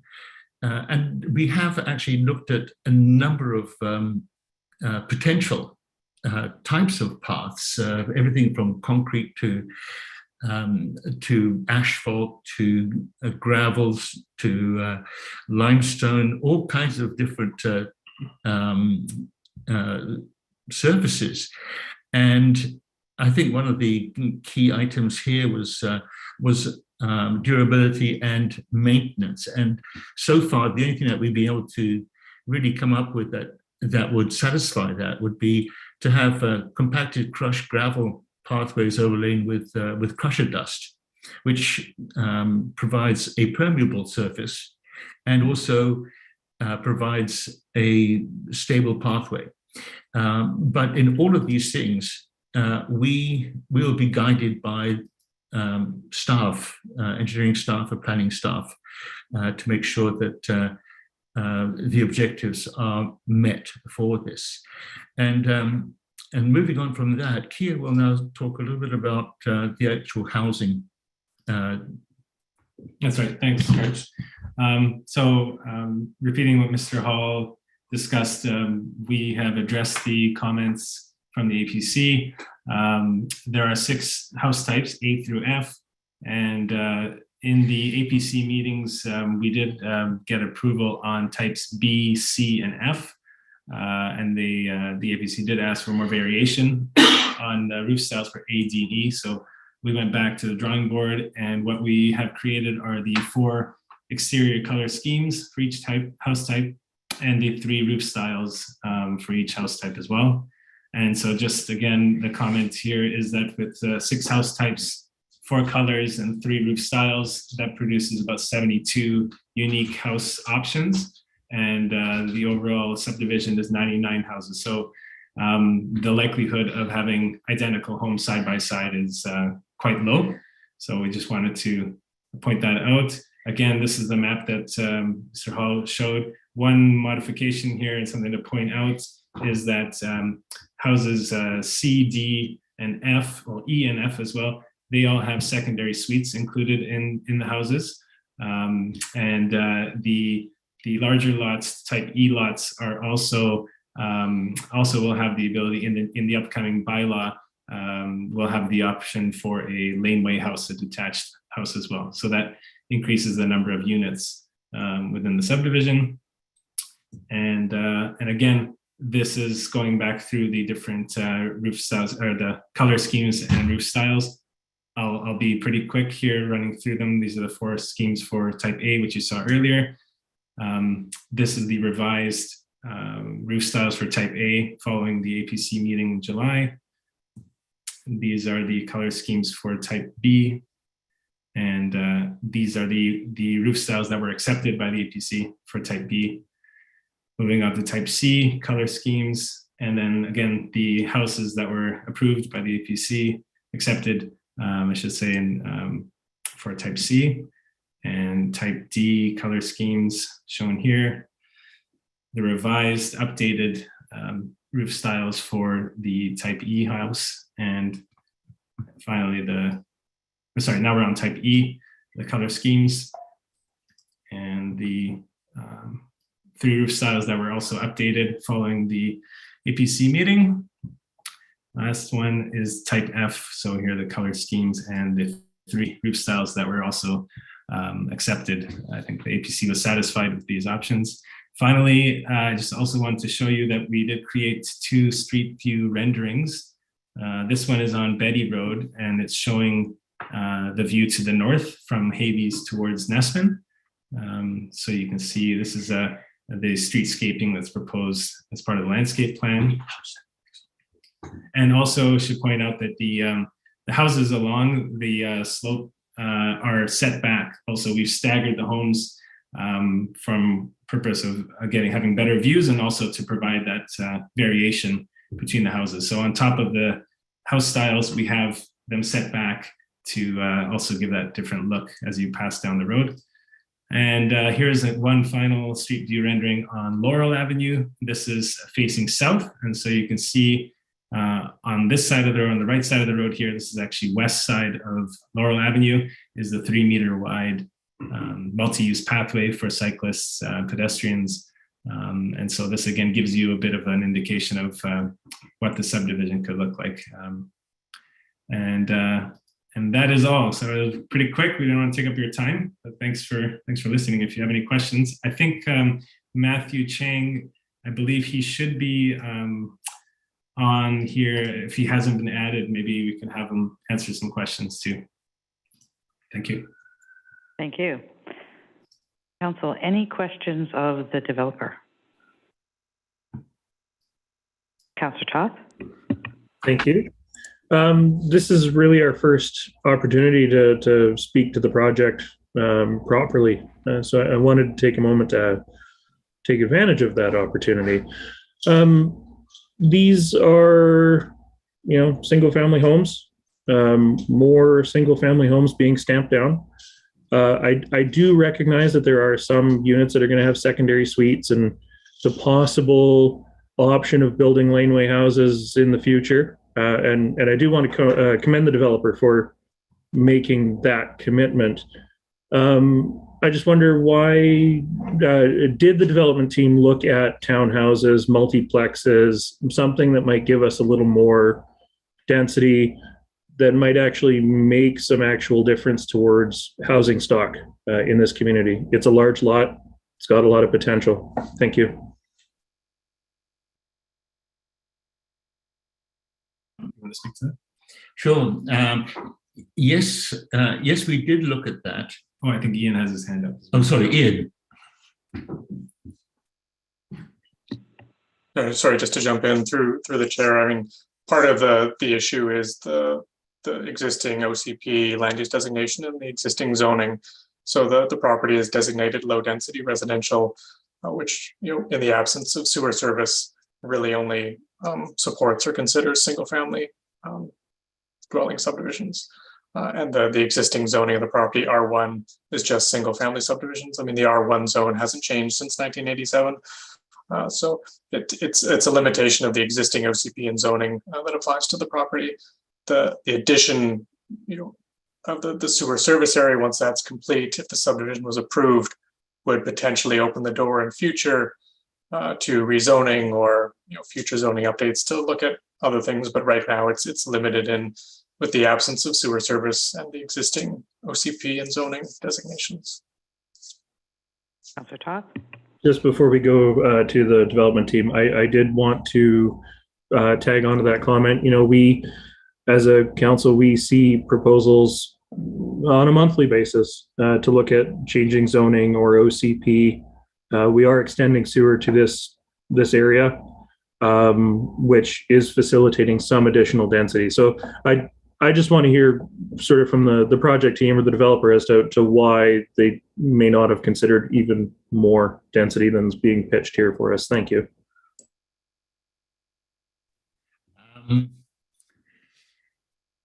Initially, the subdivision went through the process for 67 lots, and that was still within the zoning, R1 zoning. And we discussed that with staff, and staff made a recommendation that the zoning allowed for higher density. And this is what we had looked at. And increasing the number from 67 to 99 was actually in keeping with the zoning requirements.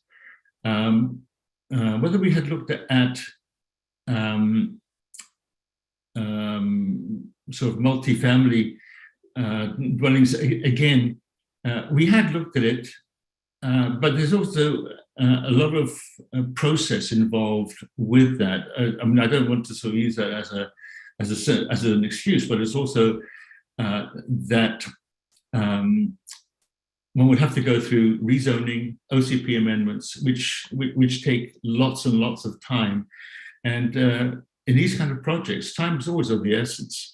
I think that with staff, we've been working very hard to get this project through, I think, in pretty good time.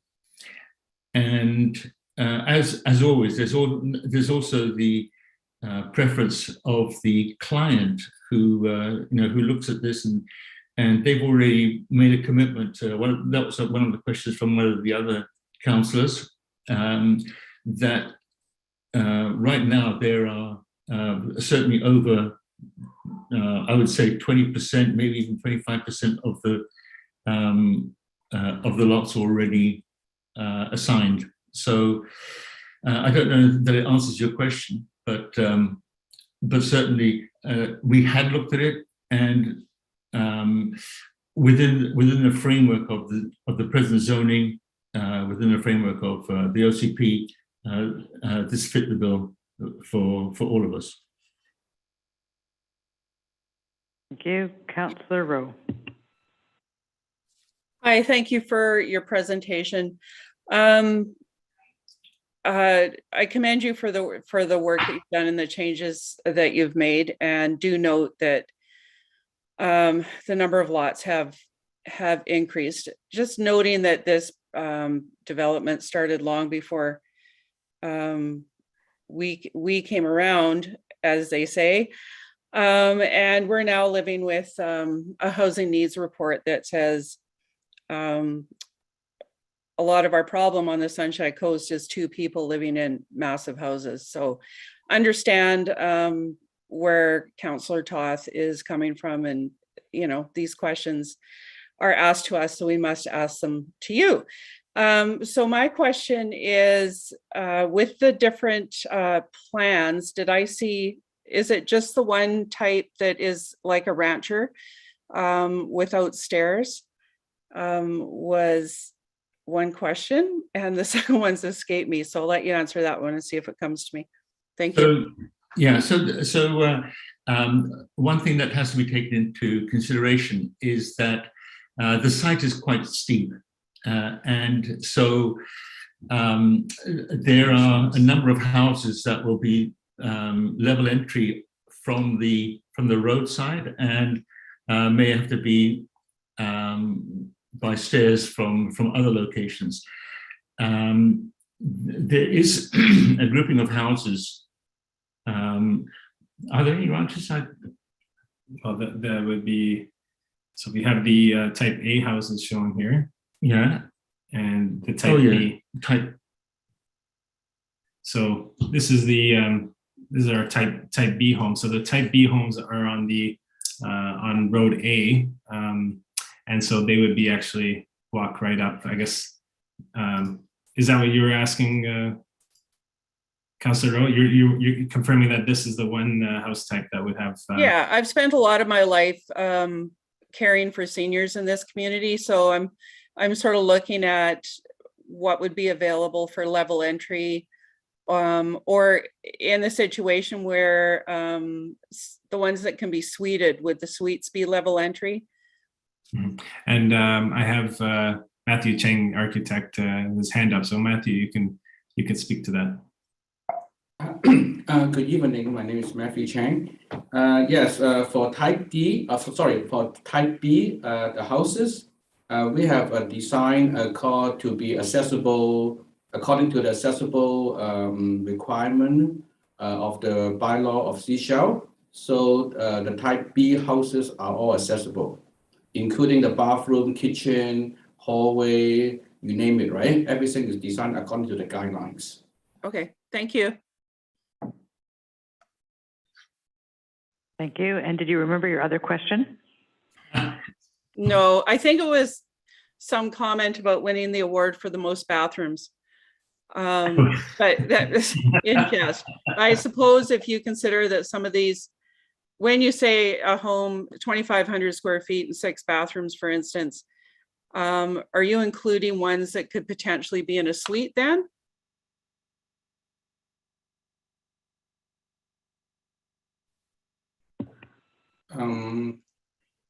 For the 2,500 square foot houses, there will be a legal suite with in each house. Yeah, in each houses there are legal suite there. Okay, thank you. Thank you. Council, any other questions for the developers? Councilor Kuster? Not so much a question, but just a comment. I want to applaud the applicant and the team for acting on the recommendations of the APC. I attended both those meetings, and I can really see that you thought about the recommendations and really took the time to incorporate some of their suggestions, for this development. So just want to thank you for that. Thank you. Council, any other questions? Councillor Lamb. Yeah, I was just wondering, so Betty Road, would that be a half a road at this time? Yes, it would.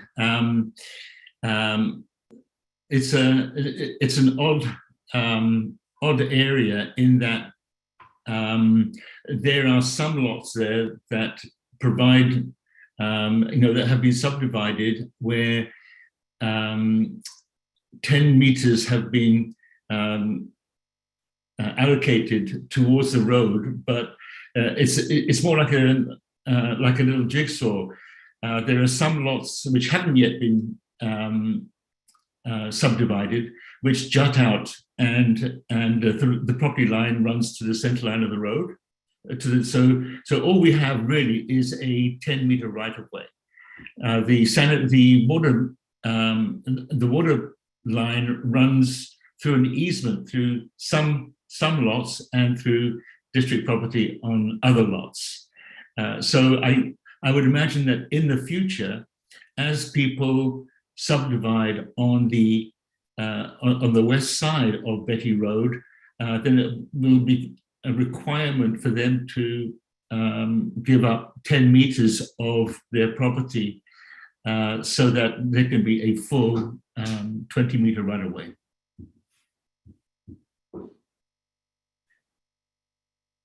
Okay, good on that. Perfect. Any other questions? Councillor Todd. Thank you. I'll see if I get my orientations right here, but the park dedication is intended to be in the southeast corner of the parcel. I noticed when it was up on the screen that the northeast corner of the parcel also had a fairly large unallocated space. I missed the APC meetings, so I'm just wondering if you could speak to any intentions with that unallocated triangle. Thanks. I can speak to that. So through the chair, the park dedication piece, the park that we're counting as the 5% statutory requirement is in that southeast corner. That will be as part of what the applicant is doing for the whole site in terms of regrading the property. It will be part of that regrading program and be made flat and usable. There will be retaining walls around a good chunk of the park because of the necessary regrading work, but there will be access off of Havies as well as access off of one of the internal subdivision roads. In the northeast corner, there are existing trails as part of the Chapman Trail system that do run through the property. So that's part of the additional dedication being granted to the district. It's also subject to steeper slopes and the riparian development permit area. So it's not really developable for the applicant's purposes, but it does mean that we secure it for public access and kind of enshrine the public trail system on district property now for us to maintain. So it's not part of the statutory park dedication, but it does secure legal public access for the trails that run through that section of the property. Councillor Toth, anything further on that? No, that's okay for me for now. Thank you. Thank you. Council, any other questions for the developer? I'm going to request you do that. Perfect. All right. Seeing no further questions, thank you very much for your presentation. And we will go back to our agenda.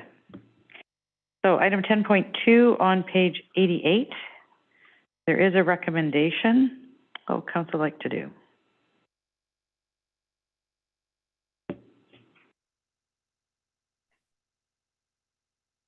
Councillor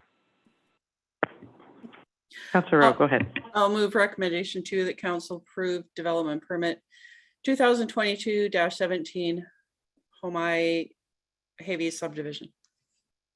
Is there a seconder? Seconded. All right. Any further questions or comments? Councillor Toth? Thank you. I know that the Davis Bay Salmon Park Wilson Creek Community Association had sent out an email indicating that they expected this to come to council in September. They indicated that they wanted to be a delegation. I don't know to what end, but knowing that, I would have preferred to have seen this deferred to early September to give the community association an opportunity to speak to it. So thank you. Thank you. Any other questions or comments? Yes, developer? Yeah, I thank you, Councillor Toth. I just wanted to mention that we did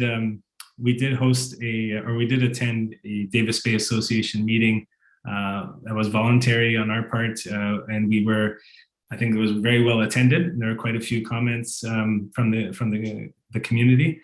So I just did want to mention that the community has had a say, even though it wasn't part of the process here. So I just want to put that out there. Thank you. Mr. Hall? Thank you. And through the chair, there is still, because there's a number of different pieces that we've been kind of working on and been revising park transportation that's still ongoing, sort of a full formal referral to external agencies, including the community association, hasn't occurred yet. We've done some early referrals to some of the key stakeholders, but that's still forthcoming once we've resolved some of the major items and have a more complete package of what the subdivision is proposing. And I'm also considering, through my role as the approving officer, in addition to the referral, holding a public information meeting at some point. So I think moving forward, whether that's in September or October, that's something that we'd be looking to do more engagement with the public on this through the referral process and a public information meeting. But those haven't been scheduled yet. But there's definitely, this is a significant subdivision. There's a lot of moving parts, a lot of different pieces that are kind of ongoing, and we still do need to seek some additional feedback from the public on that and present sort of the current plan of what's being proposed in a more comprehensive fashion. Councillor Toth? Thank you. So from a process perspective, then I guess, just for my own clarification, given that we're looking at approving the development permit tonight, we've already approved sewer extension through the bylaw. What if a public information meeting is held? I guess what would be the trigger for that, and what would be any potential for feedback into the process? And I guess this comes back to you being the approving officer for subdivision. So yeah, just a little more on the process on how it will unfold with a little bit of community feedback. Thanks. Yeah, I think in terms of process, I mean, what we're trying to achieve with bringing the development permit to council tonight is to get it to council early and make sure that that there's support for the development permit moving forward. Given the scale of the subdivision, but even for smaller subdivisions, really, dealing with the development permit guidelines early before we get to a servicing agreement review is important, just to make sure that there's in order to meet the guidelines, no substantial changes to the subdivision plan would be needed than what we have seen in the past for some other subdivision applications where they've kind of forgotten about the development permit guidelines.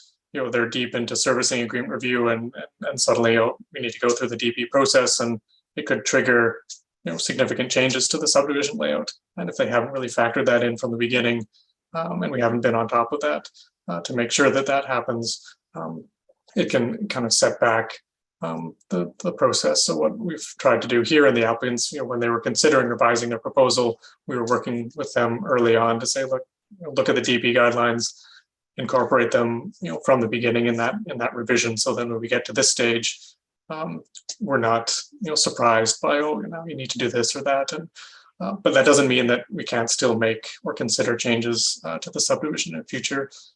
In terms of subdivision sort of public engagement, there isn't anything required. It's not the same as a rezoning application where there's the required public hearing. It's really down to the approving officer to decide at what point is there a need or a desire for public engagement. And I think, given the size and scale of this subdivision, there's certainly, we have been getting a lot of public questions and comments in through the planning email and through phone, et cetera.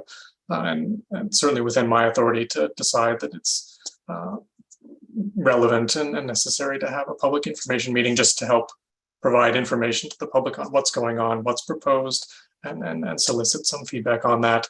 And then for me to review and consider that, and depending on what comments are provided, what issues are raised, go back, to planning and engineering staff and consider what changes might be necessary. And if for some reason that was triggering the potential for changes to the development permit or subdivision layout things, obviously we'd come back to council to address those, but it's still trying to go through the process and go through the milestones that we need before we get too deep into servicing agreement review, so we can be satisfied that we've addressed some of those big issues like the park dedication and some of the higher level layout and road issues, to at least come with a concept that we're willing to accept is reasonable for proceeding into a more detailed review. Thank you. That was a very detailed answer to a difficult question on the spot. So thank you very much for that. Thank you. Any other questions, council, on the recommendation on the floor? Seeing none, I'd look for, we've got it moved, we've got it seconded. All those in favor? Any opposed? Would you like that recorded? Yes, please. Thank you. All right, that has passed. Thank you very much. We are moving on to our next item. And we can bring Councillor McLean back.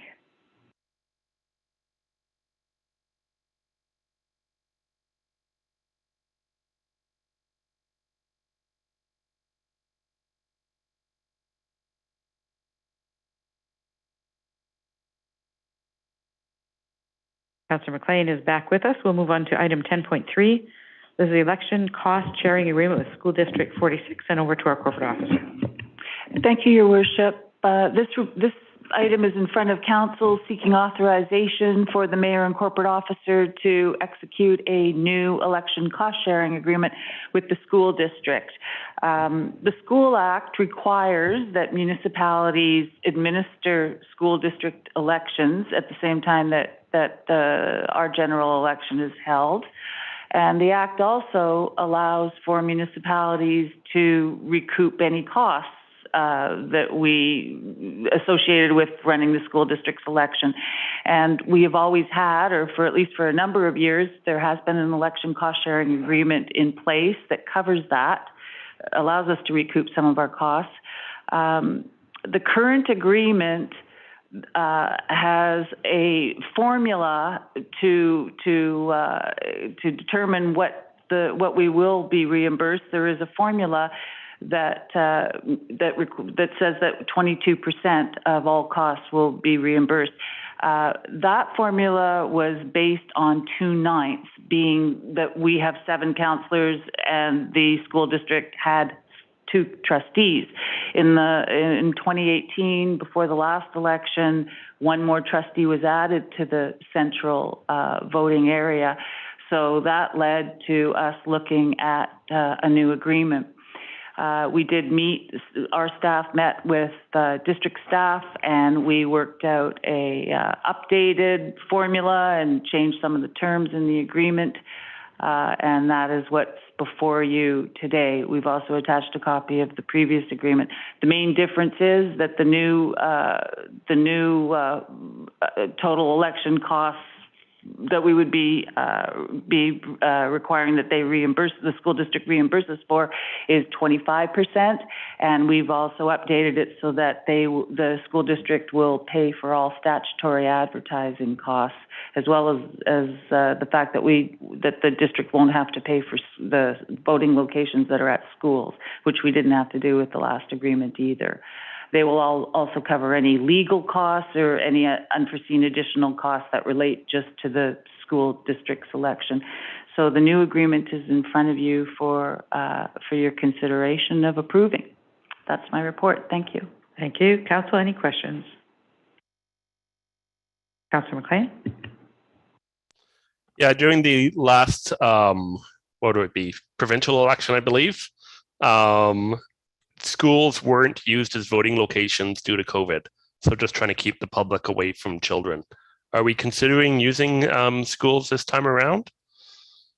Through you, Your Worship, yes, we are. The voting bylaw that the district has in place includes the voting locations, which are Davis Bay Elementary and West Seashell Elementary. Those are the two schools we will be using. Thank you. Any other questions or comments? Right, there is a recommendation on page 300. And what would you like to do, Council? Councillor Toth? I will move recommendation 2 that the mayor and corporate officer be authorized to execute the election cost sharing agreement between the District of Seashell and School District Number 46 Board of Education as presented. Thank you. Is there a seconder for the recommendation? Seconded. Thank you. Any other questions or comments? All those in favor? Thank you. Moving on to item 10.4. This is amended council policy substitution acting pay. And we have with us our Human Resources Manager, Ms. Roberts. Over to you. Thank you, Mayor and Council. I have a brief report, a presentation on the report that I will share now.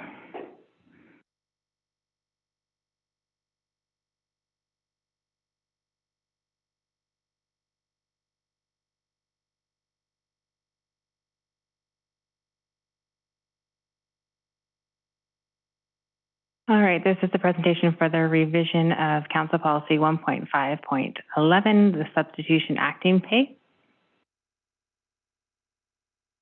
The purpose of this report is to seek council approval for a revision on our current council policy, which is titled, again, substitution acting pay, and it involves excluded employees as well as union employees that are moving into excluded positions.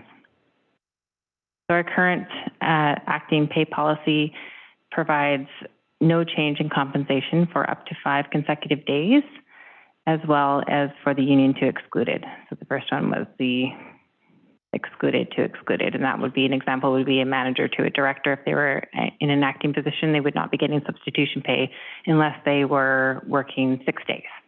So if they are in an acting position for 1 week, they do not receive substitution pay as it stands, as well as if a union member, for example, our engineering technologist is in a manager capacity for the manager of engineering for that week, they do not currently get acting pay. The proposed amendments that you'll find on page 308 and 309, upon completion of 1 complete day and up to 4 consecutive weeks, we're looking to change the policy to 85% of step 1. And that is the amount that employees are currently getting if they work 6 days or more. And then the same for union to excluded. Further considerations for this revision is just to ensure that employees are paid equitably for the work that they're completing. And this is also in line with our retention strategy. Retention is increasingly difficult. So this is another total reward that we can provide employees without a huge financial implication. And then to be equitable with the district union employees. So in our collective agreement, the union employees are currently receiving acting pay after 1 day of work. As well, other municipalities have this in place.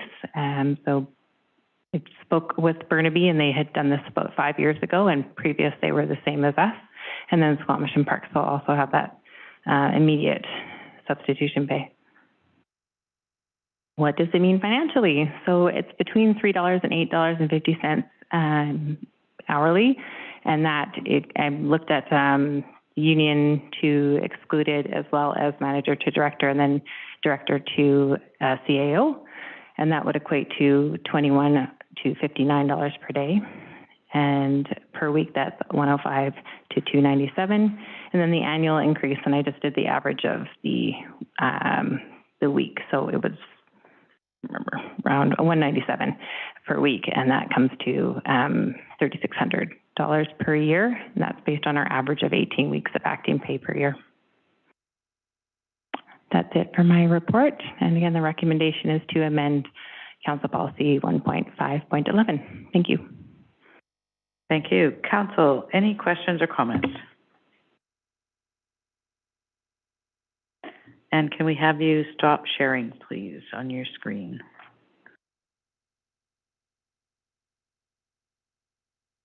Thank you. Council, any questions or comments? Councillor McLean? Oh, I saw Councillor Toth with his hand first, if he wants to jump in. No, you go first, Councillor McLean. Okay, thank you. I'm just wondering if this has any impact on our collective agreement with our union members. Thank you for the question, Councillor McLean, through the chair. It doesn't speak to this in our collective agreement. It just speaks to union. So we wouldn't have to do an MOU in the collective agreement. And just to follow up, I think I heard you say that this already is in the collective agreement for union to union. Union to union, Yeah, right. So it would actually bring it into alignment with what's in the agreement. That's correct. Currently, it's not in alignment. Okay. And sorry to follow up, just the one difference is that they get acting pay for any hour worked. So that we're suggesting that it would be after one completed day, and in the union they are getting it for any hours worked. Thank you. Councillor Toth. Thank you. Totally supportive of this. You do the job, you should get paid for it. I just, in reading the report, I had the question about sort of financial implications. Thank you for including some information there in the presentation. That 3,500 and change, is that like the total budgetary change that needs to happen for the organization, or is that sort of per senior management team member? Or that wasn't clear to me in the presentation. Thank you for the question through the chair. So that was an average that I took from what we're currently looking at. So we have sort of an average of 18 total weeks, but that does include days, and I can't be completely accurate on that, but that's the complete number that we're looking at for this increase. So the total budgetary implication to the District of Seashell is 3,500-ish and change. And yeah, likely. Minus or plus, yep. Okay. And then the other question I had about it, is there going to be much in the way of implication or workload implication for payroll? Is this something that they already track? We just don't have pay assigned to it, or thank you. Thank you. Yeah, there would be no impact on that, I think, because we're already tracking it for beyond the 6 days. To follow up to Ms. Smith, we put it into our payroll system, so everyone has the line, and then it just, every time you go to payroll, it's sitting there waiting to be included. Thank you. Any other questions or comments? All right, there is a recommendation on page 306. Councillor Kuster. I'll move that Council adopt the amendment to Council Policy 1.5.11 as presented. Thank you. Is there a seconder? Seconded. Thank you. Before we go forward, one other question. This I assume is not retroactive. It comes into effect once it's actually passed. I did not include that in my report, Mayor, but I was hoping for it to be January 1st, 2022. However, I didn't include that in the report. Okay, so currently that's not how it reads, I don't believe. That's correct. Okay. So, Councillor Toth. I would like to move an amendment that we add retroactive to January 1st, 2022 to the recommendation on the floor. Thank you. Is there a seconder for that recommendation? Seconded. Thank you. Any questions or comments on the amendment? All right, all those in favor. Oh, Councillor Scott, go ahead. I don't see a need to retroactive it. It's a good change, but let's just move forward with it now. And I won't support retroactively. Thank you. All right, Councillor Toth. Thank you. The reason I put it on the floor was because if we go effective now, we will have staff who won't be entitled based on the notes of acting incapacity that we've been getting through the email over the last few weeks. Whether we go January 1st, 2022 or January 1st, 2023, doesn't matter to me. I just think it is weird to sort of adopt it through the middle of the year. So that's just my own thoughts. Thanks. Ms. Roberts? I second that, Councillor Toth, just that we're halfway through our summer holidays, so a lot of our acting has happened, that the bulk of it does happen in the summer. So I would agree with that it could be January 1st, 2023 or 2022, or even March of this year. All right, any other questions or comments on the amendment on the floor? All right, all those in favor of the amendment? Okay, any opposed? Would you like that recorded? Yes, Councillor Lamb? Yes, okay. So the amendment passes. So the recommendation that's on the floor is that Council adopt the amendment to Council Policy 1.5.11 as presented, retroactive to January 1st, 2022. That's the recommendation that's on the floor. Any further questions or comments on the recommendation? All those in favor? All right, any opposed? None opposed. Thank you very much. Thank you for your time. Thank you. Moving on to item 10.5. 10.5 is the report from the Manager of Financial Services with regards to the 2022 second quarter financial operating report. Ms. Smith. Thank you, Mayor and Council. I'd like to do a little presentation. I'm going to share my screen.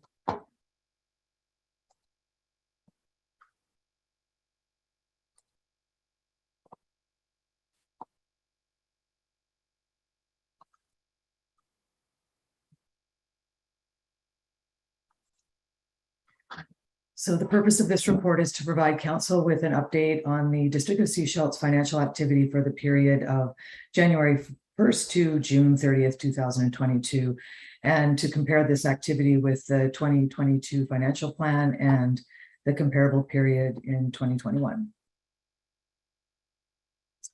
Included in the financial reporting package is the quarterly budget variance report that compares the actual revenue and expenditures for operating departments, and in addition, the capital project and the operating project report that provides updates to the end of the second quarter of the year. At the end of the second quarter of 2022, operating revenues are at 90% and expenditures are at 50% of the annual budget. This compares to 83% and 45% respectively for 2021 of the same period. The difference in revenue received compared to the same period in 2021 is largely due to the timing of grants funded and received earlier in 2022 than compared to the previous year. License permits and fee revenue is currently tracking well in the first half of 2022. And at the end of the second quarter, both planning fees and building permit fees have exceeded the annual budget. And this is consistent with last year's results. Expenditures are favorably tracking against the 2022 budget. And as at the end of the quarter, we have spent 50% of the budget as mentioned. And salaries and benefits are tracking to finish on budget as well, and they are currently sitting at 47%. This table shows expenditures compared to budget by government functions, and this results are similar again to 2021. So you can see that they're from one year to the next. It's pretty consistent this time of year. And as mentioned, the capital variance report and the operating variance reports are included in this package, which is attachment 2 and 3, and that provides additional information on the expenditures of each project. Excuse me. And that is the end of my report, but I would like to mention that just a note that there was an error on the segmented information table on page 315 of the agenda, and you will see that the government grants in planning and community development is presented as a negative or as a debit, and in this case it should have been a positive or a credit number. The correct revenue number is presented on schedule 2 on page 317. So for some reason that number pulled into the summary tab on in the wrong direction. So I think it's about $150,000 difference that it should be or understated. Thank you. Council, any questions or comments? Councillor McLean? Yeah, I'll just provide a quick comment, and maybe staff can do with it as they wish moving into budget season. But bottom of page 311, it mentions that planning fee revenue is currently above the yearly expectation, or what we budgeted for it at the halfway point in the year. So I think by the end of the year, we're going to be well over that. So that's a good sign. And it's a props to our planning and our building departments who are keeping up with that increased workload. However, I do note that we had a plan to apply for a grant, which would discuss planning modernization and provide a little extra capacity to our planning department. So with these increased revenues, it might be good to bring that back to the table and think about that maybe for the 2023 budget. I see some head nods, so I'll just leave it there and leave it to the next council to figure that one out. Yeah, there's head nods in the room as well. and some shaky heads. Yeah. All right. Any other questions or comments on the report?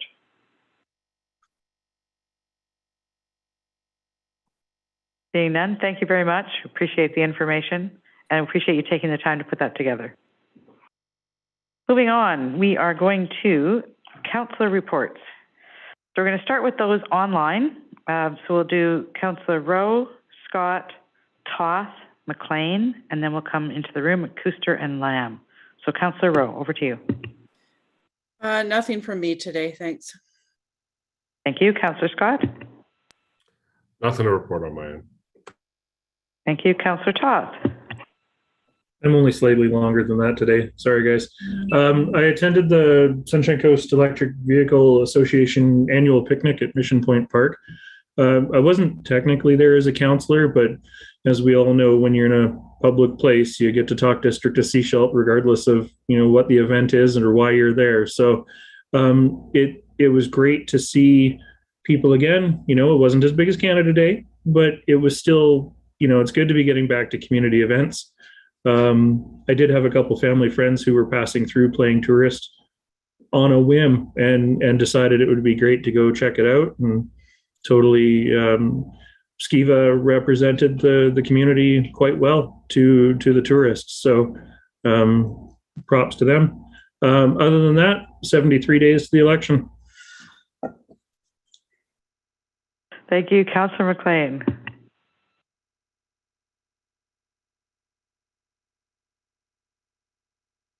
Sorry, Councillor McLean. Oh, thank you. Yeah, nothing to report formally, but on the personal side, I do want to congratulate my brother and his wife, Kirsten and Cam McLean, on having a baby boy. So I'm now an uncle. Congratulations. You get to enjoy. You get to give them back. Councillor Kuster and then Councillor Lamb. Nothing to report from me, thanks.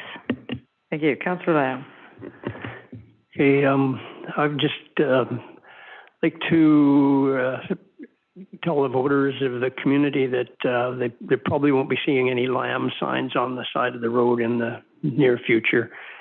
Anyways, I've really enjoyed being a councillor as a person and that was born and raised in Seashell and a developer, and having many years of business experience. I believe I bring a little different direction to the council table here.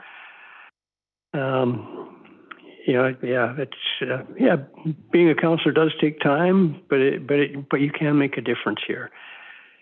And Seashell, I would like to hope moving forward that we become that we don't be like other communities, and that we look at different ways, being bold and being creative and thinking outside the box. One of the reasons that I'm not going to seek re-election, or at this time I'm planning on not seeking re-election, is number one, I have hearing aids, and it makes it very difficult to participate in conversations. I'd love to see younger people step up and move this, provide their input into the community and keep us moving forward let's not get stale. And the other thing is I want to have my 59th birthday again on a sandy beach. So anyways, thank you. Thank you. 59th birthday again, did you say? Yeah, all right. Yeah, all right. Thank you. So I'm just going to mention a few things. I attended the Jackson Memorial Potlatch. That was last weekend. And I want to commend the family. There was a lot of work that went into that. I believe it was something like 17 names that were given out to nation members, to family members. And then there were seven memorials, 7 people memorialized in the community, in that family. They brought in dancers and drummers from a group that works out of Chilliwack and Squamish, and they were phenomenal, really good. It was pretty moving. I attended the Housing Action Table meeting. It was the last one before September. So it was just a quick check-in on everybody to see where things were going. Lots of work happening with regards to the housing program anyway, with the program manager, et cetera there. So lots of things moving forward. They have hired a rental incentive coordinator as well. And that person has already started moving forward, has reached out to a couple of us in the community in elected positions to get some information. Councillor McLean, I see him nodding his head, probably had a conversation already. Yeah, there's a few of us. There's more to come. And then I had a conversation with staff around the Joint Childcare Council. So this was a recommendation out of the childcare plan that was put together, that we move forward with the Joint Childcare Council. So doing some work around that. We're looking at actually having it not be a government run council, but that it be outside of the government so it can actually hold government accountable. So we're investigating different ways to make that happen. More information coming forward probably in September. We should see something coming forward. I want to mention a couple of things. The MODI feedback on the alternative route has been extended to August 28th, so you've got additional time to get information in. That is in response, we believe, to some of the feedback that's come from the community indicating that they wanted more time around that. So August 28th is a new date. And then I want to thank Council. There are packages available now for candidates, but I want to thank Council because what I'm hearing is you're actually out there talking to people. You're making yourselves available to those who are considering running. And I know that we all have the same objective, that anyone who puts their name forward knows what they're getting into. So we're making ourselves available so that they can ask the questions and get the answers and make an informed decision. So thank you for that. And we look forward to having some great candidates come forward. And this is our last meeting before we get a bit of a break. So we will see you all back in September. Yes, we're all looking forward to that. All right, next up on the agenda is the SCRD report. Councillor Toth. I've got it attached. Happy to take any questions. I did miss one item only because I wasn't at the board meeting in the afternoon where I'd attended in the morning, which Director McMahon had brought up a conversation around non-disclosure agreements. I haven't had a chance to go back and even watch the board meeting yet, so I don't know if Mayor Seegers is able to talk to that part of the meeting or the conversation at all. So otherwise, yeah, happy to take any questions. There was a decision to actually have staff at some point look at non-disclosure agreements between levels of government and come back and report on that, but no timeline on that given where we are in the election cycle and the workload that the staff have. Councillor McLean? Yeah, just more of a comment. The first item in the report where the board went through the entire policy manual and just kind of said, yes, review, yeah, no, it's fine, needs tweaks, it's garbage. That's a really valuable process. And I hope that the District of Seashell can go through a similar process too. I think governing from a policy perspective is incredibly important. And now with a little more capacity in corporate services, I'm hoping we can really dig into that moving forward. I wish that I'd had an opportunity to include a little more details here, but it was, 2-3 pages of recommendations all on its own. Most of the policies dated back to 1983. And there were ones that were part of the policy book that were draft, like literally notations of, oh, we need to change this before we finalize it, but they got approved somehow. And there was at least one where the policy was on the books, but there was no policy to be found. So staff did a really good job of bringing forward what needed to be looked at. And yeah, there's still a lot of work to be done because there is a lot of housekeeping. There's a lot of overhaul. And, 8 or 9 directors sit at that board table and they've all got different opinions on what a policy should look like. So yeah, that work is really only just starting. Thank you. I'm going to make a comment about the District Seashell policy manual. Staff actually took that on last year, I believe it was, 3 years ago. 3 years ago, but we got a final version last year or the year before. 2 years ago, where they went through every policy and sent us an updated draft or updated manual.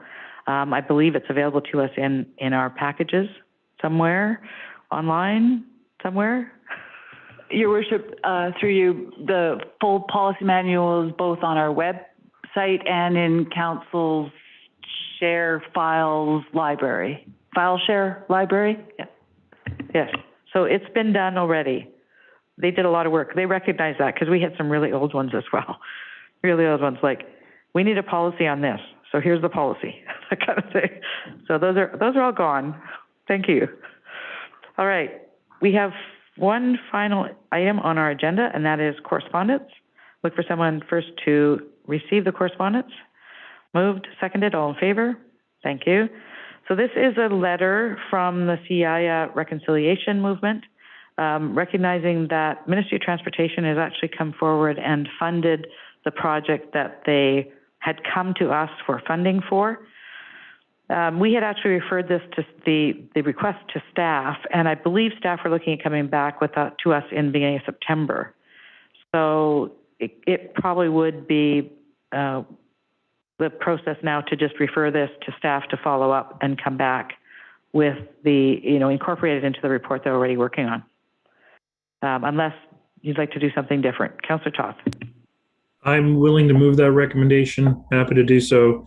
I'm even more happy to hear that Modi has stepped forward to actually fund something. So yeah, happy to move that we refer this to staff to come back as part of the initial conversation that we were having. Thank you. Is there a seconder for that recommendation? Seconded. Thank you. Any questions or comments on that, Councillor McLean? Yeah, I struggle a little bit with the nebulous form of this.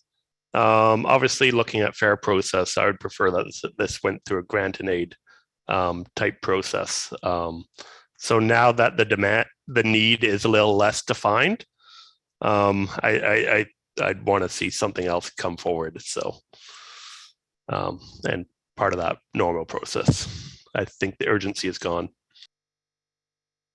Thank you. So that'll be an opportunity in September when this comes back as a staff report. All right. Any other questions or comments? All those in favor? Thank you. All right. And Councillor Lamb just asked me where the information, if somebody wants to respond to the Modi alternative route survey or whatever and send information in, it's actually on the Ministry of Transportation website. And what we can do is get a link out. I think we can find it, send a link out to council. And if you want to put it out to, we'd even get it sent out to the community if you want through our communications. Because we did the initial one when it came out. So maybe just reiterate that. Councillor Toth? Super easy link for people to remember is engage.gov.bc.ca. It's all there, along with other options for feedback. And we'll get that resent out to the community. All right, over to our CAO for his cameo appearance. Any emergency No emergency items, Your Worship. Thank you very much. Oh, but you didn't turn your camera on when you did that. All right, I'd look for a motion to adjourn. Moved, seconded, all in favor? Thank you. All right, any questions or comments? We have two in the gallery. Pam, come up to the microphone, please.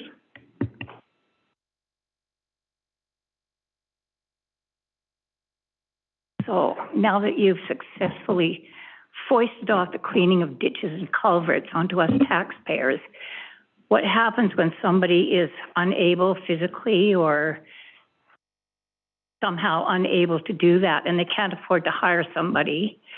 Do you people do it for them and then send them a bill? What happens when that, what happens then? I'd have to look to staff for that. What does happen then? We'll have to look into that and get back to you, Pam.